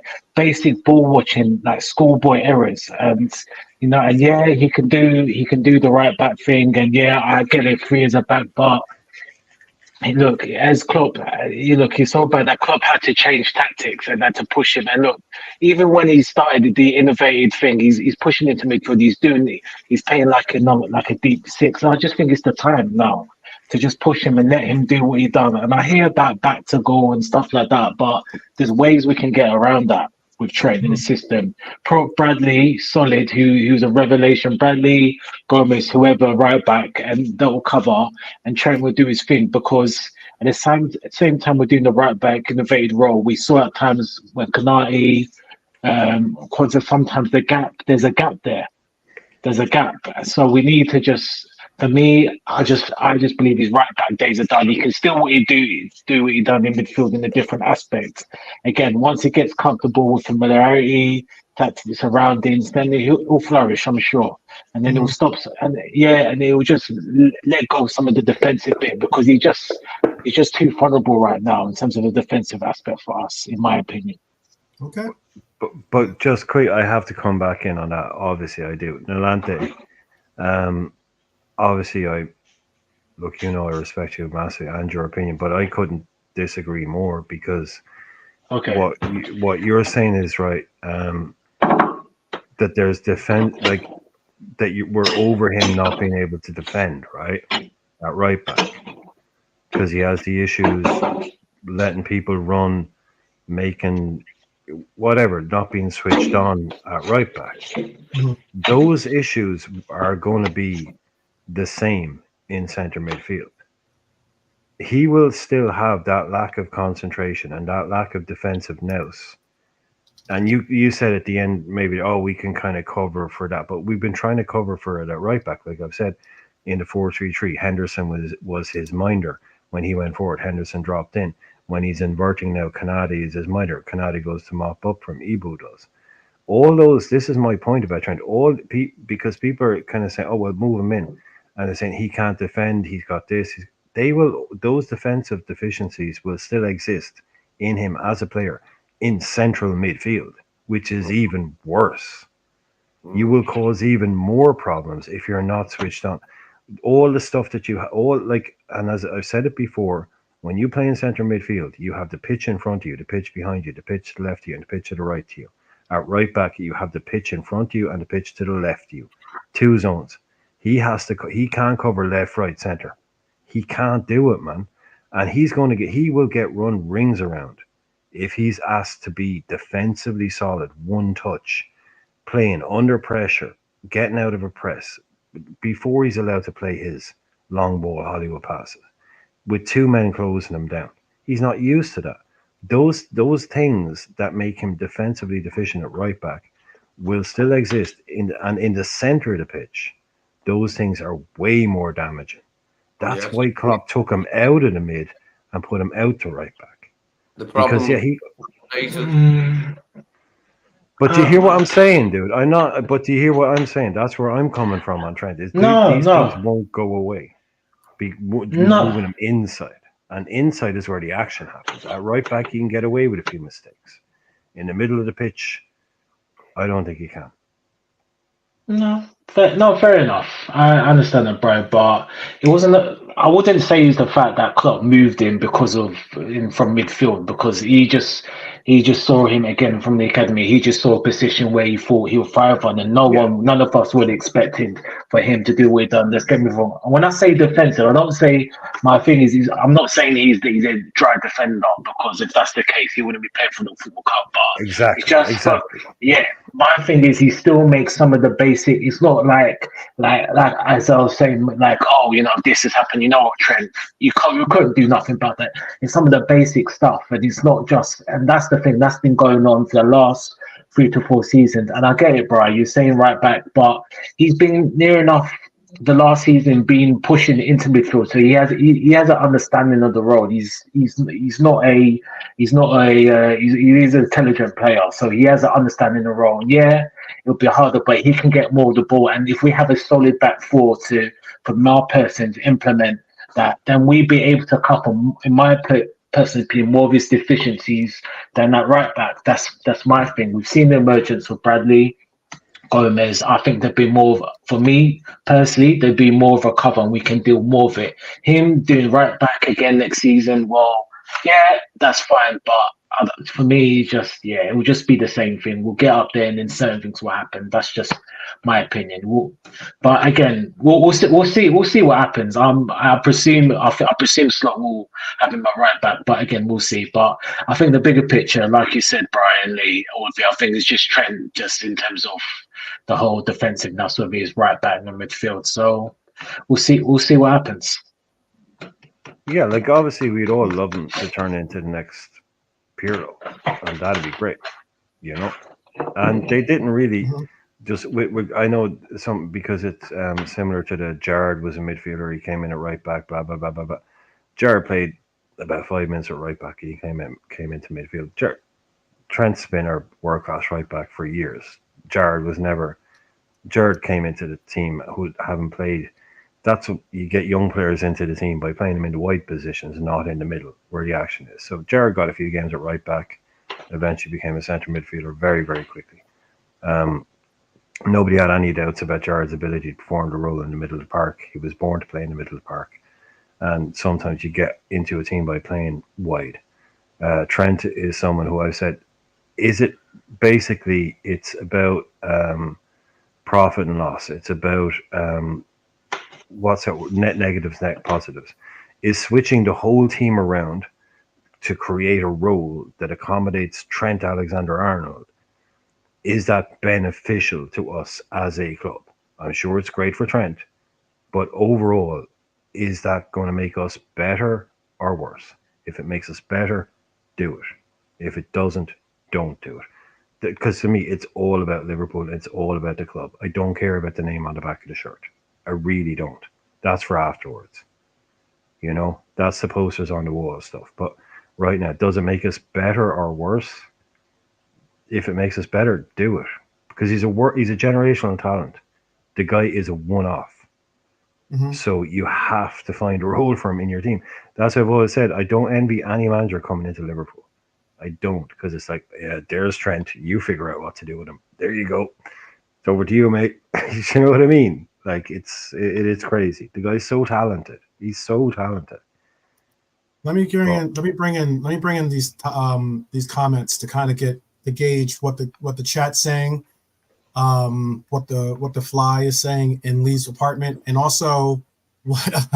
He's back. That fly, man. Back. That fly. I know back. he didn't kill him from yesterday, which shows he should be paying rent. That fly needs to be paying rent at this stage, man. He's been there for How long did he live for? Does he have his own shelf in the fridge? That fly has his own shelf in the fridge. I'm telling you. I'm hoping that he only lived for a week.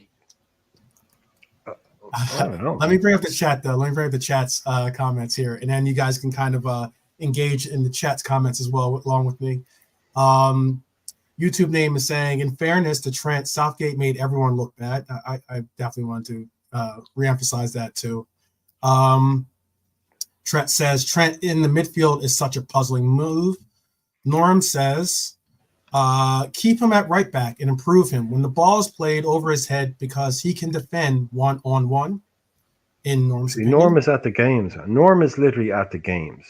Like when you read out Norm's comments, I think we should remember that. That's the only. No, but I'm not big, but I'm literally saying this guy is there watching it on the pitch, and you can't. There's no substitute for that. I'm not saying big of him, but I'm just like he's literally seeing this guy every week. Yeah. Yeah, he's saying this. He goes on to say there is no guarantee he starts anyway, because Bradley, in his opinion, has pushed himself into, I guess, the conversation or possibly into the role of right back for us right now. That's exactly. Oh, that's interesting. That's interesting. I mean, if you're going to say reason why you might move him to right mid is because you don't want to have right back not be utilized by Bradley. That's certainly so. Tom says if TA wants to go, so be it. Bradley is a more than capable step up. Okay, I think that's possibly referencing to the Real Madrid shouts. I did have an answer or something. I did have something to add to that. Bernadette says Bernie's. Actually, I'm just gonna mute you for 1 second, Latte. I hear your the water. Yeah, this sink. I sound like you might be doing dishes with us. Bernie goes on to say, if Trent needed Fabinho and or Hendo in defense to be his wingman, and he was slated by a lot of fans about his defensive play, I'd put him in midfield and let him roam. Okay. So it's a mixed bag of answers here in being like where people can see it happening. Norm is saying it is risk and reward with Trent. Stick to what he was good at and improve on what he is not good at. Right back for him is where he should be. Tom says TA should stick to the position that made his name. Only have a few more left here. So I feel he's been a right back really since he came in. Okay, he was a midfielder in the youth team, and then when he came to the senior team, Klopp made him a right back. But that's what he's been since we've had him. It was only that inverted shite last year that changed it, and I like the inverted. It didn't seem to work for us in the way that it might work for Man City. I mean, I don't. We just shouldn't have done it, in my opinion. We should just exactly system and fuck that off. Yeah. Well, YouTube name is saying his defending might improve with the new coach, with the new coaching, and because he is well capable. And three last comments here. TA is in the stage of his career that Southgate was stay or go. Only difference is Stevie G. Oh, Stevie G. My fault. Yeah. I thought that was, okay. Because I was just wondering. I know. I'm assuming you mean Stevie G. Like but that actually works as Southgate. Yeah, that works as Southgate. Sorry about that, Tom. Sorry about that. Yeah, no, I'm assuming you mean Stevie G. Yes, that does make sense to be Stevie G. Never seen it written like that. Tom is down with the kids with the SG8. See, this is what happens when you go and live in America, Tom. You start with the SG8 thing, the SG8, that one flying Tipperary. You'd be like, no, come on now. He's saying the only difference is TA has won it all with the club. Now his true dedication / love of the club will be proven. I said that to you ages ago. Something very, very similar to that. That was like we don't know what's in people's heads as players. Who knows if Trent can turn around and go, hey, look, dude, I won everything. But now I can go off and have it's Real bloody Madrid, like. It's not some rinky-dink organization or something like that. Yeah. I'm like one of the only, like, McManaman, like, I can go and do a McManaman. I can be a hero for Liverpool and a hero for Madrid. Not many people have done that. Yeah, our bogey team. I wouldn't. So I'm going to get into the last two comments were about the Real Madrid move, but this one comment is still about from Norm. Last comment about him in midfield. It is chaotic to be in the midfield. He needs to see what he's going to do. In midfield, it is too chaotic for him. Exactly. I've been making that argument to Norm for mine. Whenever I go up against people that do want to see him go into the midfield, I always say that the one unique thing about having him at right back is that he doesn't have to worry about anything behind him. He's just got to worry about what's in front of him. He sees the entire pitch in front of him. So if he is dealing with his passing, acclimate, then he has the entire pitch in front of him. He doesn't have to worry about, is there a player, how far back is this player behind him, or who's coming from behind to try to take him on, the likes. I just think, and he has more time to decide what he wants to do with the ball when he plays right back as opposed to playing midfield. That's what I've been saying all along. No, that's what I've been saying. I said earlier on, like the Klopp. It's like in midfield, plays to the left. You explained it absolutely, and that's the way I see it. He needs that extra time from the back, doesn't he, to look at things, and feels he's not going to get that time. He's going to have to just apologies to anybody on headphones. And Atlanta is just Yeah. demolishing Delante's his house there at the moment. doing a measure on there. Doing some Um, Bob Vila back there. Yeah, He put himself on mute though. No, the last though. So wait, Brian. So I'm going to get to what you guys were just talking about earlier. So yeah, go ahead. That was the last point about him, his talent at least. Yeah. But this was Trap Joe asked specifically, what if TA goes to Real Madrid? Do you think he will be used in right back as a right back or in the midfield? And I personally think that the scary thing, and I'll allow for you guys all. We'll go around the horn. We'll go Irishman, Delante, and then the Lee. I personally think that the biggest issue or the biggest concern when it comes to these Real Madrid links for me is the fact that, and this is what I end up saying after that, is that, Daniel Carvajal is 32 years old. So they are going to be looking for a right back replacement pretty soon. I'm not saying that Carvajal's done with his career or that he's washed. Obviously, he had great Euros, and the likes. But what I am saying is, like, it would be a 25-year-old Trent in right back with a offensive-minded club like Real Madrid could be a phenomenal, transition for him.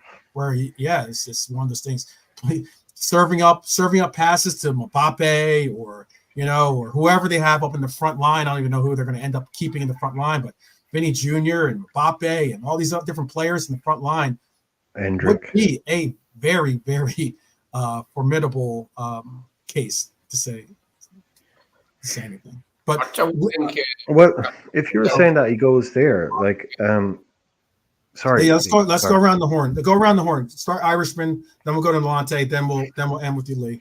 Go ahead, Irishman. Go ahead. Yeah, but if he goes there, right, he's not going to walk into Madrid and go, by the way, hi, my name is Trent and I want to play in midfield. I think he plays right back, though. But he's not going to walk into Madrid and say, this is what I want to do. So if his whole thing about wanting to be a midfielder. Oh, yeah. He doesn't go to Madrid. I don't know if that's like his end. I think it's obvious. He said it before. I mean, we can pull up the interviews. He said he wants to play in midfield. Mm-hmm. But you don't go to Madrid and start dictating where you play. Right. So, so if he goes to Madrid and, like you said, playing right back for them. Okay, well, is he going to go to Madrid and suddenly give up on his midfield thing? So because he's not going to go there. He's not good enough to play as a central midfielder for like a Modric or a Kroos or like he'll get used to it. To be honest, in my opinion, early bet on it without having seen it, I say he gets chewed up and spat out in Madrid. I don't think he has the right attitude for it. I think it wouldn't work. It'd look good, but it wouldn't work. He'd end up back after a couple of years. He doesn't have the technique on the ball for them. I think he is just his long passing, his crossing, those kind of things is elite. His free kicks, his pay, all that stuff is elite. But when you get into the middle at these clubs, I don't think, like Norm is saying, it's just too chaotic. He isn't a centre mid. That's why he's not there. We went through. If you look back at Klopp's time, we had huge. I think you remember at one time Milner was out, Fabinho was out, Henderson was out. We had like nothing in midfield. Never, not once did Klopp put Trent in midfield. Never. Not till Linders came did Klopp ever put Trent in midfield, even for one game just to fill in. Never did it. Why? Because he's not a midfielder. These people know it. The people talk like he can do what he can do, but I just don't know. Yeah, him there as an attacking right back for a team that dominates most games. Totally cool. I can see that. See him in that wide attacking right back role, but he can't do what Toni Kroos does. He can't do what those guys can do. Just one touch under pressure, 2 or 3 people around him. It's not about spraying the ball around. You can do that with space and time. If you don't get space and time, you can't pass the ball at 8 yards, let alone 70 yards. So it's, again, this is just me, okay? But I'd love to see him stay with us and do whatever he wants to do. But I also don't want it to be a big circus and a mess. So just like sign a new contract, stay, get stuff done, or come out and say something at least. I'm not saying you should come out, but just you've only got a year left, and you know you're a high-profile player. You know people are talking, so come out and say something. I want to stay, or even if it's come out and saying, "Look, I just want people to know I've enjoyed my time here, but I'd like to move on." Come out and say that if that's what the facts are, but don't leave this kind of willy won't he stuff. Because new manager, don't need that. New dawn for the club, new era, new start. Right. Don't need that's shit why like I'm hoping. That's why I'm hoping what what Darryl was talking about earlier with Salah, even with obviously with Virgil. And I would like the same for. I mean, these are the three of the biggest names that we have on this club. Three of the biggest names on this club. Get it done. Get it done sorted. And let's move on to finish the noise. New campaign. No noise. What are your thoughts? What I'm gonna go to Nolante, then I'll go to you, Lee. Give me one. That's all right. Go Lee first, and I'll send my point after. That's fine. Yeah. Okay, Lee, go ahead then. On what? And what do you? And also, Lee, what do you think about Bonker's shout right here? I think that's a pretty good shout. On Trent to Madrid, basically, Lee. On Trent to Madrid. But yes, those two things, yes. Well, he's our vice captain, and he's one of only two local lads, and he's one of only two scouters in the team. So it would hurt if he left us. But I wouldn't feel any animosity towards him, especially if we got a big fee. I didn't feel any towards Steve McManaman, and he walked away for fuck all, when he would have been worth a mint. If we'd have re-signed him or whatever, or sold him before he was out of contract. I didn't have any animosity towards Steve McManaman because we were shit at the time. I'd have done it myself, mate. But Trent leaving, it would hurt, but I just don't see it happening. I don't think if they want a new central midfielder, that's where they'll be looking. They'll go, well, right, we need to replace Kroos and Modric. Yeah, let's get Trent-Alexander-Arnold. No, I don't see that. They'll look like for like. They won't look to be turning an attacking right back into their new Kroos or Modric. It just won't happen, mate. No. So if they do buy him, it'll be as a full-back. So he plays Carver. Who's their number two for right back? Who else plays there? We've got fella. It's like a Nunez. It's like a Nunez. Nacho sometimes plays right back. Yeah, Nacho. Sometimes, yeah. For one of those generic Spanish sounding. Even they have it right back. Yeah, even Camavinga, because once they've had injuries, he's played. He's a CMDM. He's played right back for them last season as well. Yeah, he can play left back as well. I thought Carvajal is their starting right back though, isn't he? Oh, he is. No, Camavinga can play left back. Camavinga. Oh, you're just saying who can? Oh, okay, I got what you're saying. I apologize. Right back's not a position that Madrid splashed a lot of money out on. No, they don't. Maybe on left backs, because left backs are slightly more niche. But not on right backs. I don't remember them. Well, they've never had that. They've always had. They had Sergio Ramos there for the longest. So I mean, like that was also. Well, he went to centre half for most of his career. He did start off at right back. They got him from Sevilla young, but they like Real Madrid. They're one of those clubs. They always have like some just random like Nacho or Johnny Nunez basically that's just ready to go at right back behind someone, and then they'll have like like Zidane or Bellingham in front of him. But you've never heard of the guy playing right back for them that's just won like 3 European Cups or something. Like they had Joselu. They had Joselu last year. The guy that it is the same Joselu if you're thinking that was playing for Stoke about 6 years ago and he was shit then. Like the guy just won the Euros with Spain. He scored for Spain in the Euros. Went back to Real Madrid on a 1-year deal. Could you imagine if we'd done a deal like that? People would be burning John Henry effigies into the street. Real Madrid bring back Joselu, who was finished years ago, and he's just won the bloody Champions League and the Euros with Spain, scoring in those competitions. You can't make that shit up, man. You can't make it up. Ryan, I'm afraid to report that people are already burning effigies of John. Oh, okay, right. Okay.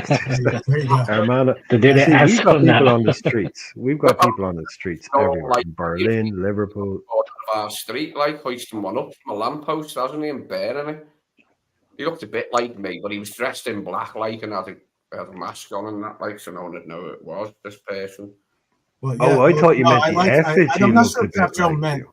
Oh, I'm sorry. I was going to say, I'm not No, I sure. was just going to say, sorry, I thought for a second you were wondering if they were burning an effigy of you, not John Henry. Like you're, no, that's John Henry. It's not me. It looks a bit like me. I was just going to say, I that's don't know if Trap crazy. Joe is talking about this conversion of numbers for him here, saying, says give Trent number 99 and it would work as an inverted 66 and we can get over with it. I think if he does go to Real Madrid, he should wear number 99. That would be actually pretty interesting. Yeah, you were right, Trap Joe. You are doing you shit humor really is your thing. Yeah, you were right. Yeah. I thought that was good though. I thought it was good. I like. He came at us. Bad He humor. came at us. So yeah, exactly. I like bad humor. I agree. I can understand why a YouTube name also said Trent and Carvajal are polar opposites. I can understand why he's saying that as well. Well, Carvajal's a great player. Carvajal's a great little player. Solid, he really is. Solid. You love him. Love him. He always pops up at goals. He's constantly going. Yeah, he's the kind of player you love. Yeah, you love him when you have him. Resilient, reliant upon. He's like a proper Robbo. He's a real Robbo. But better, he's a high level Robbo. He's better. He's clear Robbo. I remember the Champions League final, which still hurts me to this day when we played in the final. Diaz with all that form, he locked him up. He had him in his back pocket. Yeah, oh God, that he eyed him still up. Resonates. Yeah, he eyed him up from minute one and said, "You were mine, mate. You were mine." Yeah, oh God, that final still annoys me. Oh God, I don't think I'll ever get over that final. One shot on fucking target. Basically one shot on goal. One shot on goal, basically, is all I have. I got fuming. But how many shots? We had one shot on goal, but like we had a lot of shots. Salah. Oh God, yeah, it's just annoying. Oh Lord. I mean, I don't want to go into that with Klopp and his lineup for that, which again I disagree with. But anyway, that was just my point about Carvajal anyway, because we can go on about that final again. No, let's not. Yeah, let's not. I'll move on. This is so the last bit of what I have for today, because we're gonna be landing the plane here, guys.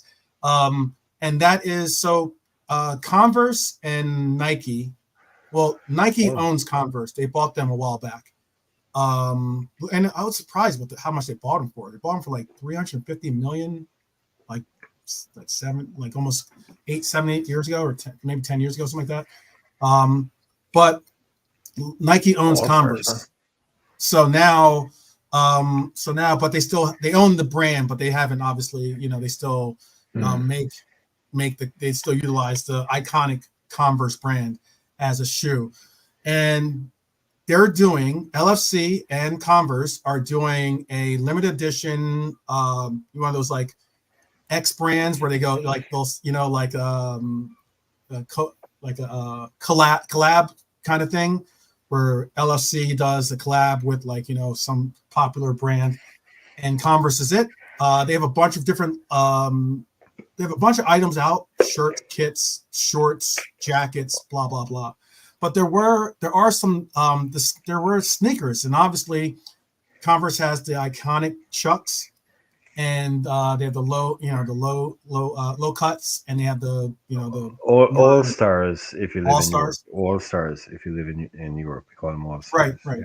Right.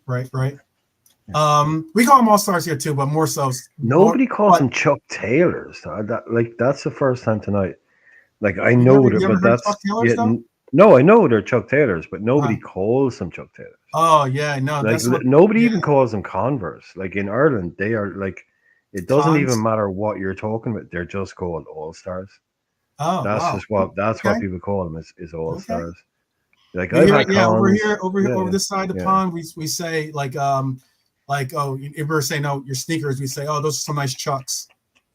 like Yeah, Chuck no, Taylors. yeah, yeah, yeah, no, That's like yeah, it's that's mad. the Yeah, it's totally different over. Yeah, because we colloquialism know, that we like, use. yeah, we call them all stars. That's just literally Well, like even though they're not all stars, you know. yeah. But Indie kids I from the wanted to get '90s. your opinions on Gotta this. wear 'em. If you had to choose, if you had to choose between these two sneakers, which one you would probably go with, but also just Okay. your opinion in general.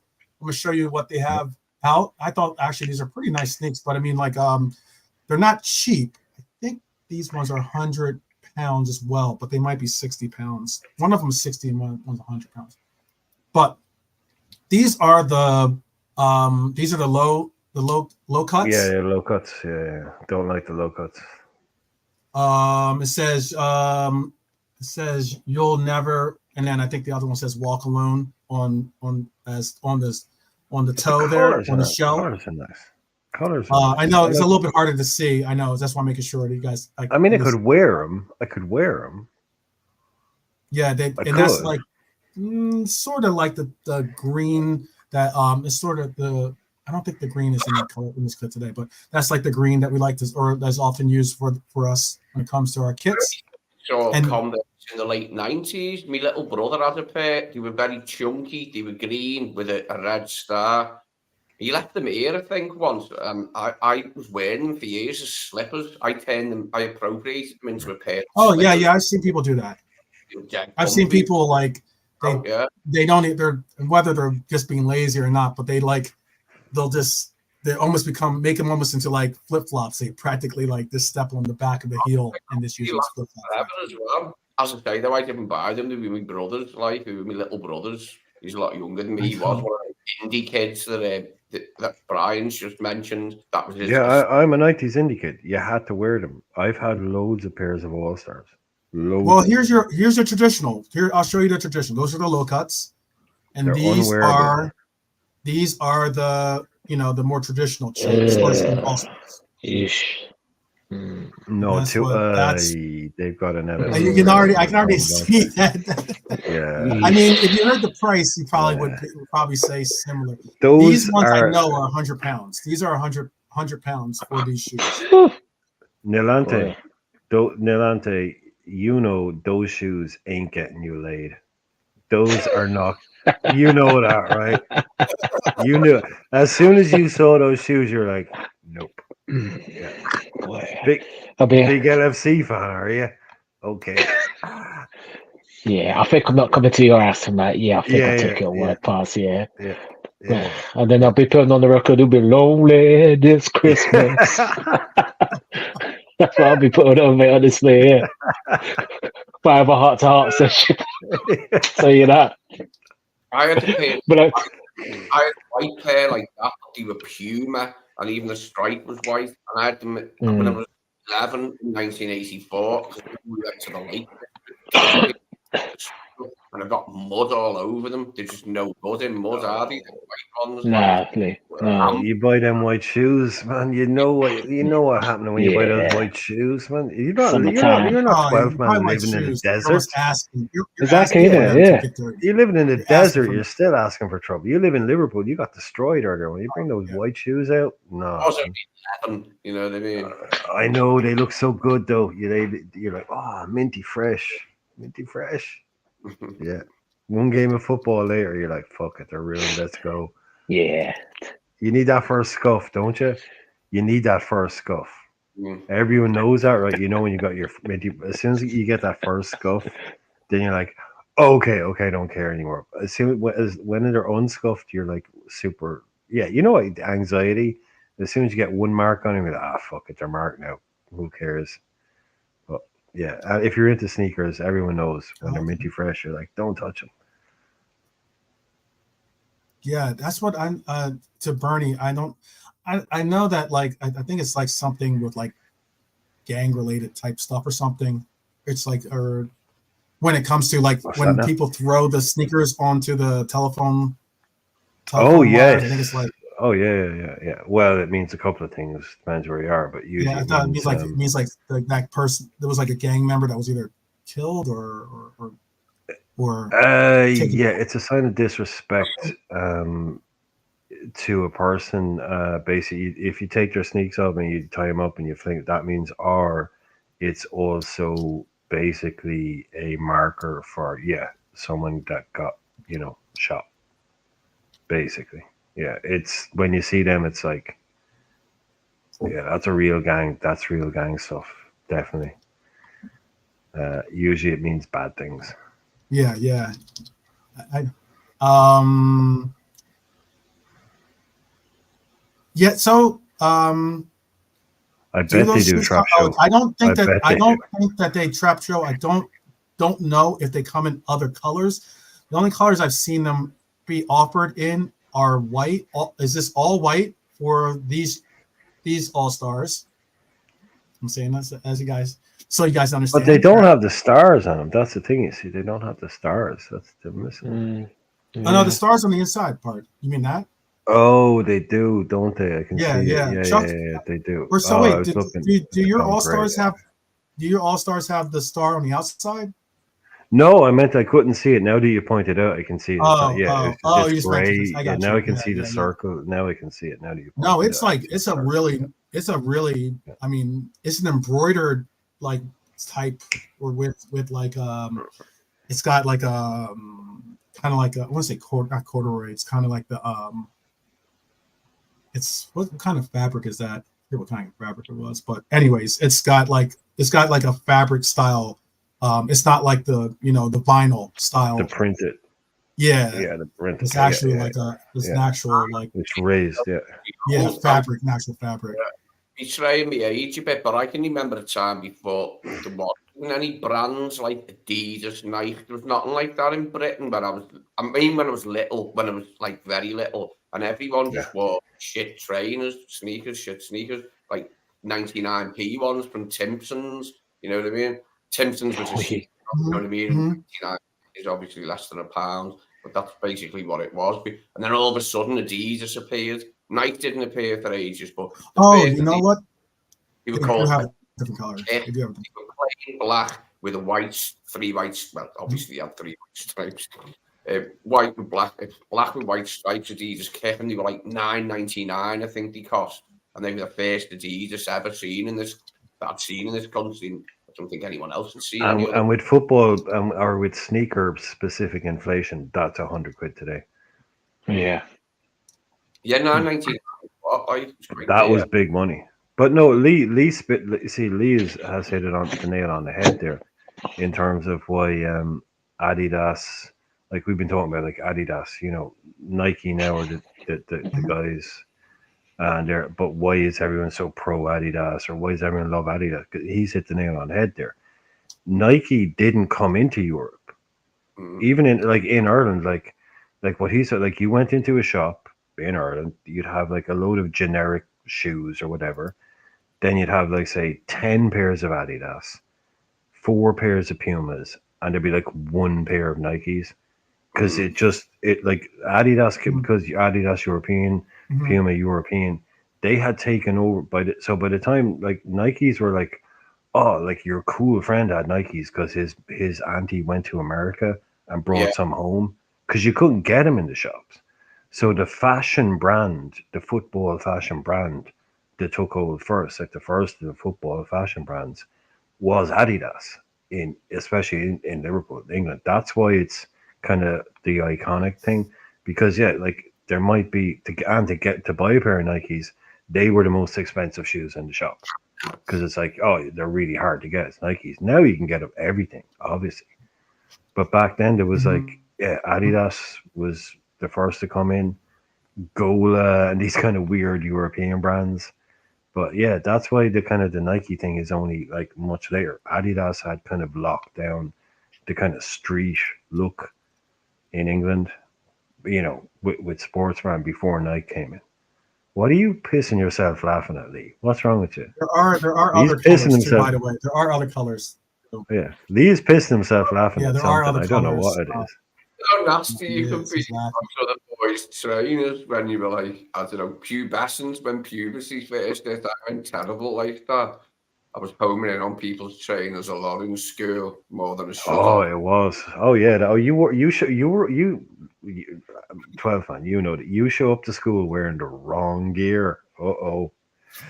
It was. Uh-oh. Oh yeah, yeah, yeah. Yeah. You'll Oh, never you get don't rid of want it. to. Oh, You'll never no, get no, rid no, of it. no, no. That's Yeah. problems. Yeah. And I just found him wearing a pair of Yeah, goals. you'll never get rid of it. Unconscionable, and I had to say something about it. And I seen him in the pub when I was 33, and when I'd said that I was 11, and he went, "You were a bastard when we were kids." He said, "You always go." As I said, that was 22 years ago. We're 33 now. Going on about it. What? You never forget. You never No. forget. That time that lad took the piss at your trainers in front of everybody, you never forget. C words you was like, I let him say what he had to say though. We were in the pub Yeah. and I let him say what he had to say. He's like, all right, mate, bye. Sorry about the trainers, like I wasn't. Let me show But they here. Let were me show shit. you guys. I'll show you a quick look at this then, because I don't want, because it'll probably jam up my, because it's got so many pictures and there's video and all the crap on this one. There are other colors. There's this one here. This is like 48 pounds. It's like an all-star. It's like kind of crazy. And then there's this black one here. I don't know if you can. Hopefully you guys can see them. This one's kind of got like a Never Walk Alone. It's kind of like a graffiti take on it. It's more of like a black one. And then we also have this. I said that they had one other color. They have the red, obviously. They have the all red shots. And that's, you can see there, they have the all red ones that are just like we've lost Lee. Lee's gone. Lee's just gone there altogether. Oh, you already lost him. Taking it back. No, Lee's gone. He just years ago. Flashbacks. He is 65 pounds for some. Oh my god. What's wrong? You could get a Jesus. Yeah. Oh, I saw. Yeah. Stripes. I missed the For joke. two stripes. I missed it. Yeah. Oh, you only get 2 stripes. Oh, like that. Yeah. There were those. Yeah, that you bought it. Like, yeah. There were a few brands which were like, oh yeah, Adidas. Yeah, like doesn't these have 3 stripes? Well, who remembers? No, when we're talking about trainers, right? Because I was kind of, but who remembers kangaroos? Oh yeah, I don't. Do you remember kangaroos? Yeah. And they had the little that in they had the pocket. tongue. They had the pocket in the tongue, because very, very, very, very handy. Those little pockets in the tongue, very handy for other reasons, I'm sure. Yeah. No, I didn't know that at the time because I was 12. But when I was 18, I was like, I wish I had some roos going into the club right now, if you know what I mean. Oh, I got them little like hidden pockets in the tongue would be I tried to buy that as I saw them. Oh, they were so awesome. I was like, roos. I bought it as a present. Yeah, I bought it as a present. They were dope sneakers. I bought it as a present. They were so cool. You can't get them anymore. What the heck are these things? Kangaroos. Yeah. Oh man, I used to love cons. Yeah. Like, do you remember, like in the early 90s when Cons, like Converse? Do you remember when you mentioned the brand Cons earlier on? Oh yeah, sure. When they started making those really, really over the top sneakers and boot runners. Because we go. Well, there was an era when Converse obviously was the major shoe, but then they made a resurgence when they brought back. Like Larry just like Bird 92, 93. Larry Bird and Magic Johnson had their own shoes too. I remember. I was into that was. But you know what? No one has mentioned yet tonight. You know what? No one has mentioned yet tonight. In that, like, say, 1990 to 93 era, the greatest sneaker manufacturer of all time, LA Gear. Oh, who had LA Gears? LA Gear were unbelievable, man. They were so over the top with, like, they had that little you used to get a dog tag with every pair. You have the Reebok pumps too, don't you? No, I didn't buy pumps. I did not buy pumps. Oh yeah, I got the pumps. Yeah, I had that. Everyone, I knew people with pumps. Definitely, yes. Yeah. But no, the LA Gear were the most awesome fucking things. They were like, and that was like a 1980s Hollywood movie in a shoe. It's like, how much shit can we put on it? It's like, oh, and also you get a free dog tag, which is like one of those LA license plates. Jeez. And you could hang it on your keys. They were, and they cost. I know that. Oh, they cost they probably wouldn't do it because certain people wouldn't do it in Liverpool, at least. But there used to be. I don't know if you guys used to rock British. I never did, but British Knights. You used to watch those. You used to rock those British Knights. Never heard Yeah, of them? no. Oh, BK, yeah, BK, yeah. Yeah. For a while, yeah. They're They were the big. thing for a while, for a minute, hot minute here when I was young. Yeah. I don't think I rocked British Knights. I think if anything, I've had K Swiss. I used to rock K Swiss sometimes. Oh, Swiss, yeah, was the one for a while. K Swiss. Yeah, Oh, K Jay Swiss. Jigger was rocking them Yeah, there you as go. well for a while. Exactly. Yeah. Yeah. That was also like back when people used to rock Timberlands and stuff like that too. Timber, yeah. Timberlands and Carhartts. No, That by was the way, Yeah. for the people saying everybody like wanted to look like they X-Works, were like plumbers or electricians for some reason, or carpenters Yeah. here in America for a little while. That was like the in thing. Before, no, Brian, just like Nike then came to Europe and there were Nike trainers about right hot on the heels of Nike coming to Europe. This like copy brand of Nike came out, a cheapskate one they were called Nicks, N-I-C-K. yeah. Oh yeah. Oh god. Yeah. Oh Next, yeah. Had a pair of them. Thing you Yeah, could yeah. have, piece if you were seen in a pair of them, mate, you were dead meat. Yeah, were you dead. better Yeah. run. Oh They better god. be good. Yeah. They better be good because you're going to need to Oh run. yeah. Oh They god. better stand Yeah. I up. had that. Oh, worst times of my life. Oh god. Yeah. Knicks. I just want to say someone said X-Works jeans, no. Mixing desk, no. Like I'm talking about this is I was wearing cons in LA gear when I was into sports. And about a year later, I Wait, properly wait, started hold on, I'm getting into sorry. music. I don't think And I've then ever I heard someone dumped. say sports and LA gear together, but that's I know. Exactly. I know, right? But about a year later, I started getting into music, and then I ditched the LA. You ditched, and you started wearing All Stars because you were cool then. I didn't Oh, there wear, you go. There you go. yeah. I've Indie got music, trainers then on you there. start wearing Converse. Oh wow. They're no-name trainers then, but I'm only 8 there. There wasn't any Adidas, so I get a pass. But I can't really laugh. There's me in a pair of shit trainers. I don't even know if they are. Are you guys? Or is that what you guys do too? Are you from? I'll ask the chat too. I'll ask the chat. By the Okay. time you go to high school, you need to have your act together. I wasn't in high school then. I was a really little boy when I had them on my feet. Just- But by the time you go to high school, you've got to The get your kit act is together. fire though. The kit is fire. But Yeah. just Lee, quickly. I mean, I don't want to be a weirdo, but I'm going to be a weirdo. If you hold that up again, right? If you look at that picture, obviously the stuff is cool, but that's a genius piece of perspective. If you look at this, look at that the way that's been shot. Look at that corridor behind you. It looks Yeah. like it's about Oh, 10 cool. miles long. That is a Oh, cool as fuck picture. That is a That is a really, cool picture. really cool picture. Look at that corridor behind you, man. It wow. goes on for miles. That is a Yeah. beautifully shot picture, accidentally, of course, which are usually the best ones. But that Yeah. looks awesome. Like, where is that? Is that in a tower block in Liverpool, or Yeah, it's where amazing. is that? It's outside me nan's. That's me nan's front door behind me, that black rectangle. What part of Liverpool is that? There's people in the chat are from Liverpool, so tell them what part of Liverpool is that? That's Waterloo. Waterloo, like the Battle of Waterloo. Cool. L22, yeah. We lived in one block, and my nan and granddad lived in a different block. We both lived up the stairs. Now there's a level on the floor and then a level above it. And there's me giving it the smiley one in my first ever Liverpool trainees.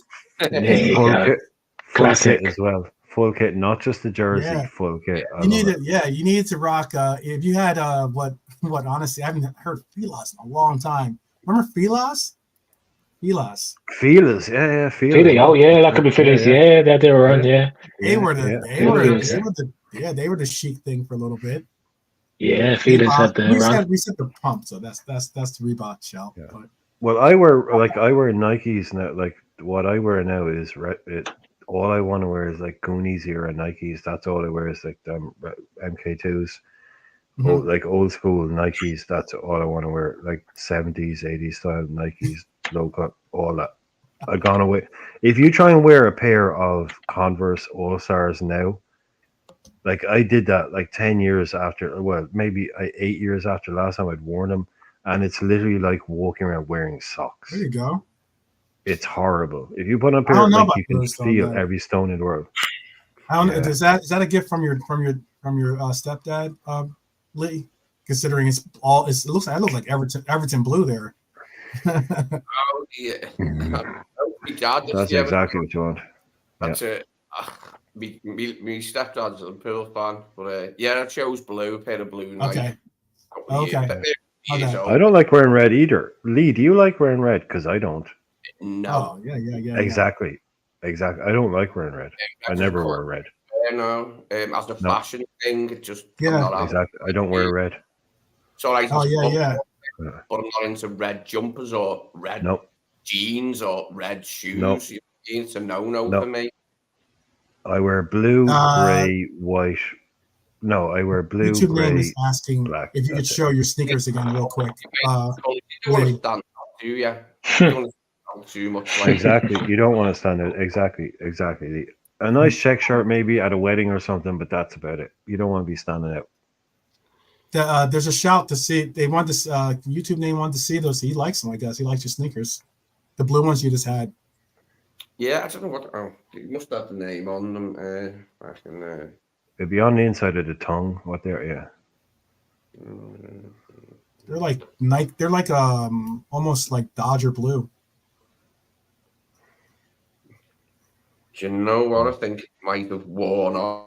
Oh, classic. I love it. Because- Make up a name. Yeah. Ginolas. Yeah, like They're that. Ginolas. They're Yeah, Ginolas. comfy. I don't like Yeah, the. I yeah. don't like the sole. I don't like the sole. I don't like a chunky white. So I like the kind of cut. Yeah, but anyway, I'm a Goonies guy. You know what I mean? White sole, like yeah, Pumas you are like the most comfortable foot. Pumas make some beautiful sneakers. They do make Puma, beautiful- man. They make I- beautiful sneakers. I They think make that Sambas. I curved think cut in Adidas. at the back. Yeah, the Adidas Sambas though are really comfortable though too. Yeah, I don't like skater shoes. I hate a flat bottom skater shoe with a thick sole. I hate skater shoes. I Oh, really okay, so you're not like dislike them. DC and like that kind of stuff. Yeah. They made DC. Wait, made so you some don't even like beautiful- Vans I've then? had You some. don't like Vans then? Probably. Oh, I hate Vans. I fucking hate those checkered Vans. Can fuck off. Man. Fans. Those Yeah, checkered only- Vans can fuck right Are you off. kidding me? I'm surprised. Yeah, you could do. Those You could have slip-on done a. checkered We Vans. could have done a LFC/Vans with the. Remember with the checkered kit that we had? Oh yeah, that could have worked. But it would have been that'd been horrible. That would be a bit odd. Nilante Yeah. just heard the word Vans and had a physical reaction. Like as soon as you said Vans, Yeah. Nilante was just like, no. So I that's always- what- I hate them Nike trainers with like yeah. perspex, like a perspex thing in the sole, in the side of the sole. Do you know what I'm talking about? Perspex, like gimmicky crap. I hate gimmicky crap. In Whatever. shoes. Yeah. Oh, ugly things. Don't like Unless that. it's a drug pocket in your tongue. I mean, let's just face it. That's what it was. And, like that's a cool gimmick. But yeah, pumping Oh, up. the Clarks. I don't think we get Clarks here. Actually, now that you've No, said it, not really. now that you boys have said it, I don't think we get I'm Clarks. sorry. I need to retract.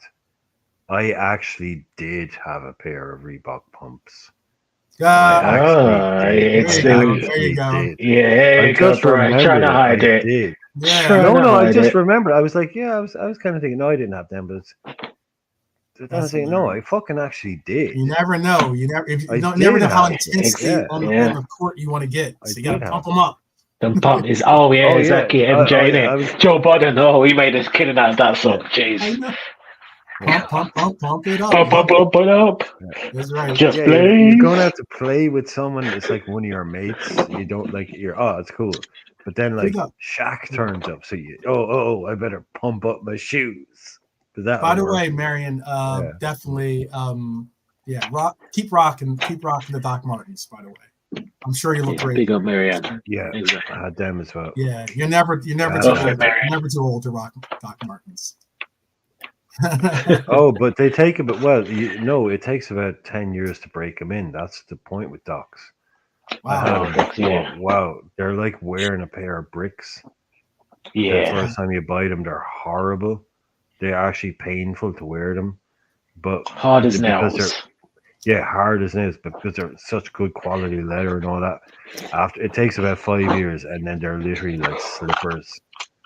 That's the point with them. But those first couple of years, no, it's not nice.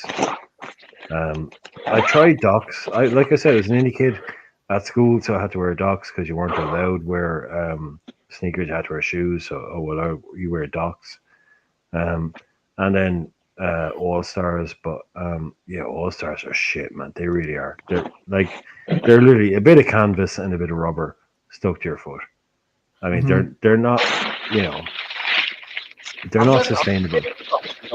Dunlap. Wow. Yeah, that's expensive.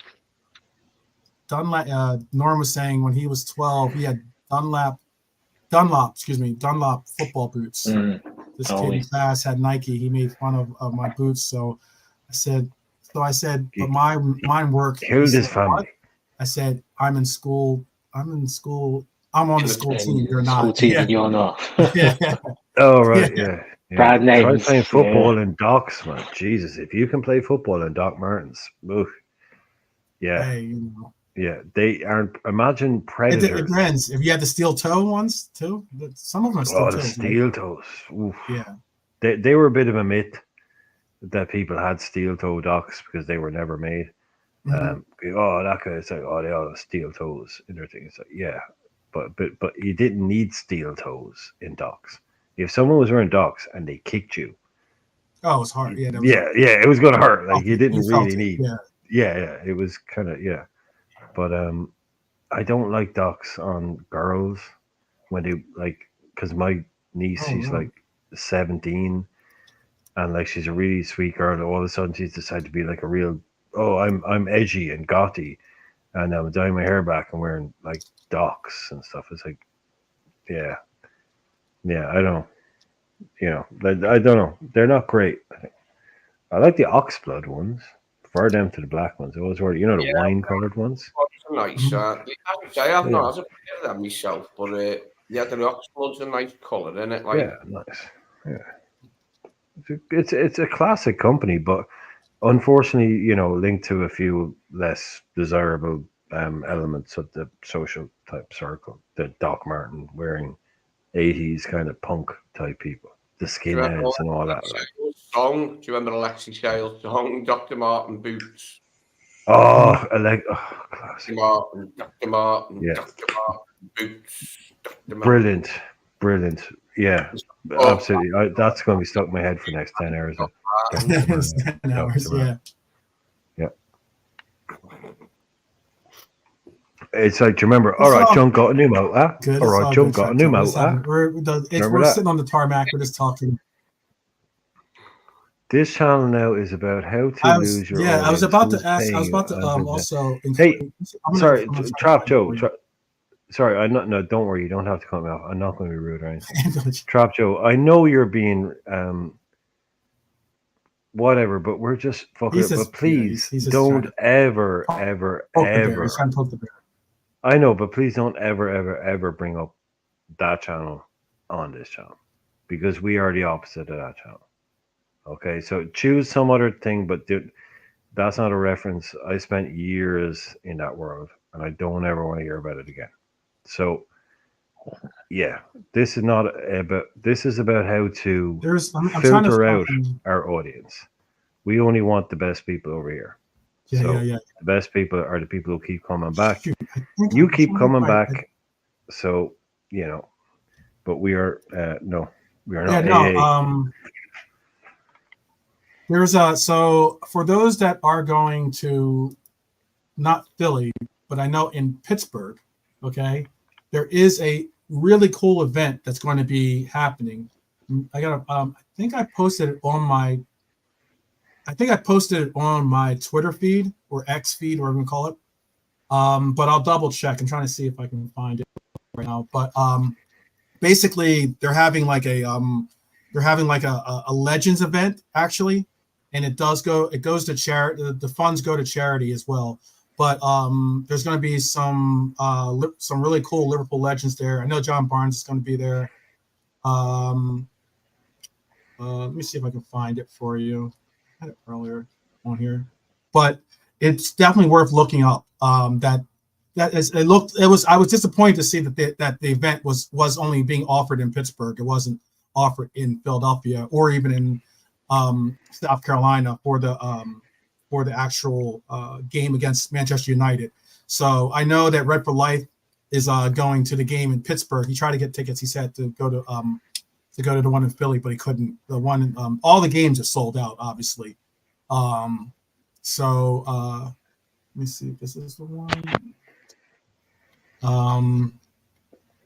Yeah, if I could, I'm trying to hopefully come across it real quick if I can find it. But it looks like a really super cool event. I don't want to misquote who's there. I do know that Barnes is one of the players there. But it's got about at least 7-8 different Liverpool legends that are going to be attending the event. You get a chance to actually meet the legends, interact with them, obviously take pictures and the likes. And anytime you get an opportunity to do that, that's cool. That's pretty cool. Whether you watch them play, you actually like physically watch them play or not, I think that's still pretty cool. But yeah. I don't know if I'll say it. Well, you know what? Maybe I'm getting close. I think I'm getting close. So if I can just I'm trying to do it. Trying to stall for just a moment here. Shout out definitely to Roger Hunt. Rest in peace. This would have been his 86th birthday today too, by the way. I don't know if people knew that or not. Yeah, well, one of the greats before all that. One of the great time, but yeah. Definitely getting close because these are the stuff is starting to look familiar. 1 second here.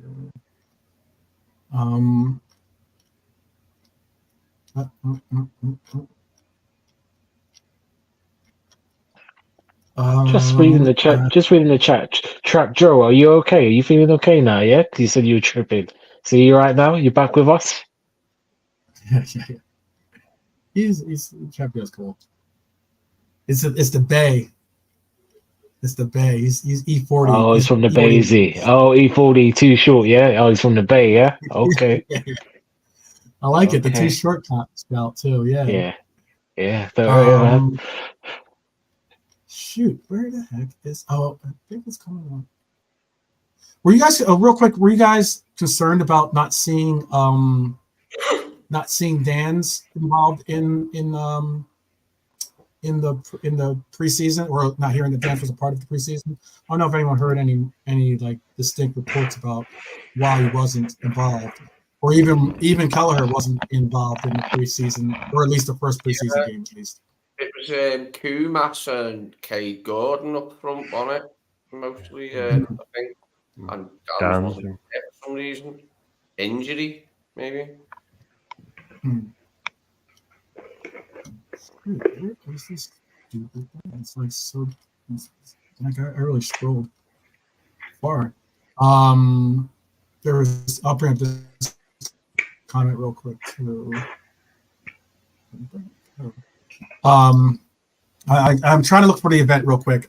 If I don't find it, I'll just end up reposting it once I do find it. I will then give a more thorough look for the event. But yeah, it's worth definitely checking out. It's certainly worth checking out. Present this to. This is like some cool stuff too right here. I'll show you this real quick here. This is what Arnie Slot had to say after the game in the 1-0 loss to Preston. He says, yes, definitely. He says he's seeing his ideas start to come together, and he says I've seen this a lot during the training session. So he's obviously very happy about what he's been seeing in so far with the team and the progression that he's seeing from the players that he has in camp. Shoot.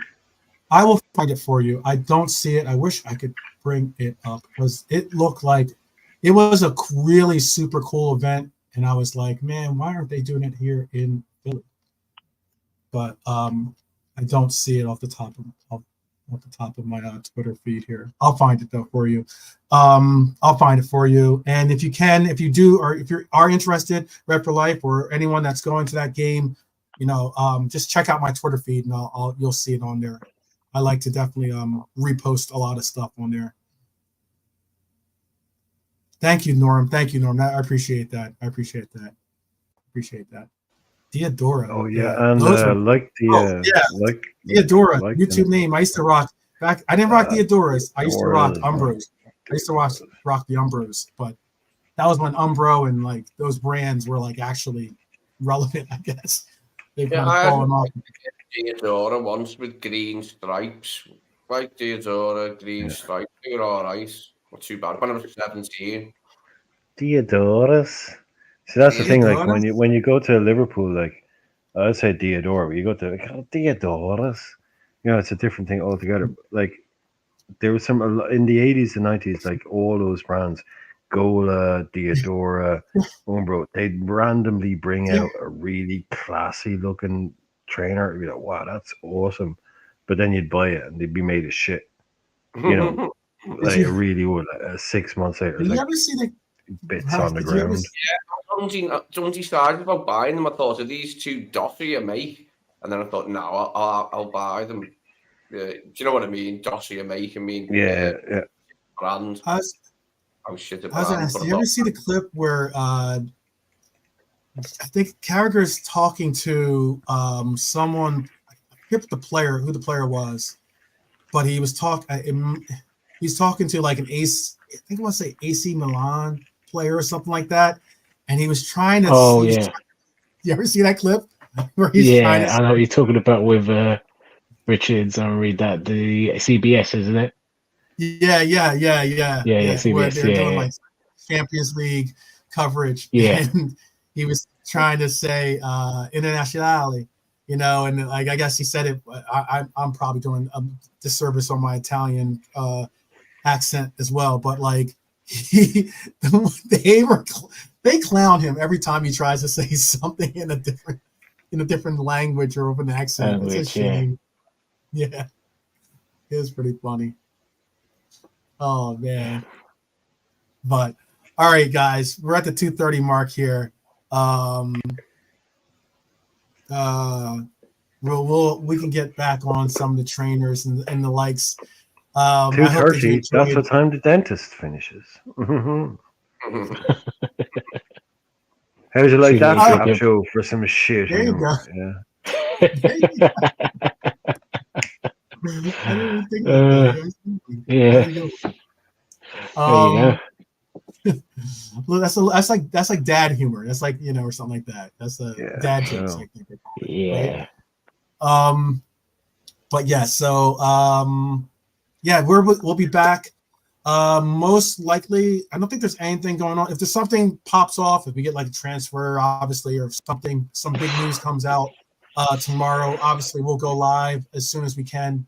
But most likely we'll be returning on Monday, and and kind of give everyone a little Monday night club, basically, and get you guys opinions and any updates that you guys might have and the likes.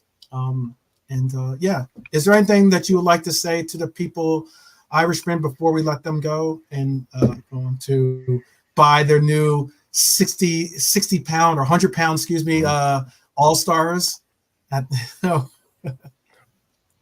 Yeah, stop at the stop at the checkout. But and say what to say to people tonight. Yeah, just go and dig out your old trainers and go on eBay and buy old trainers and come back and say I wasted a load of money on some old trainers because you guys were talking about trainers.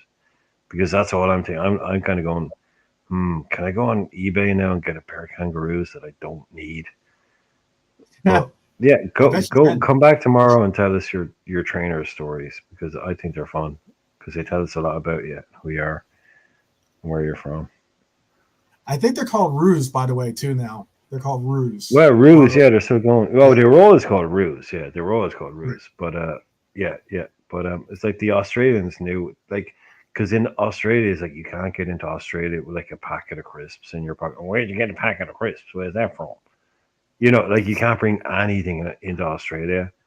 Like literally, that country is like a closed thing. Like everything is a biohazard. Yeah. Yeah, and because there's so much unique wildlife there. Like if you bring like you bring a hamster there, and it's like, yeah, but that would kill a load of stuff. Yeah, it's insane. Like you can't bring anything in there. So I just think it's hilarious that they they made up a shoe company with a pocket for hiding stuff. It's just the mentality of the country. It's like, yeah, this is the kind of country where you need to be able to hide shit, basically, is what they're saying. Yeah.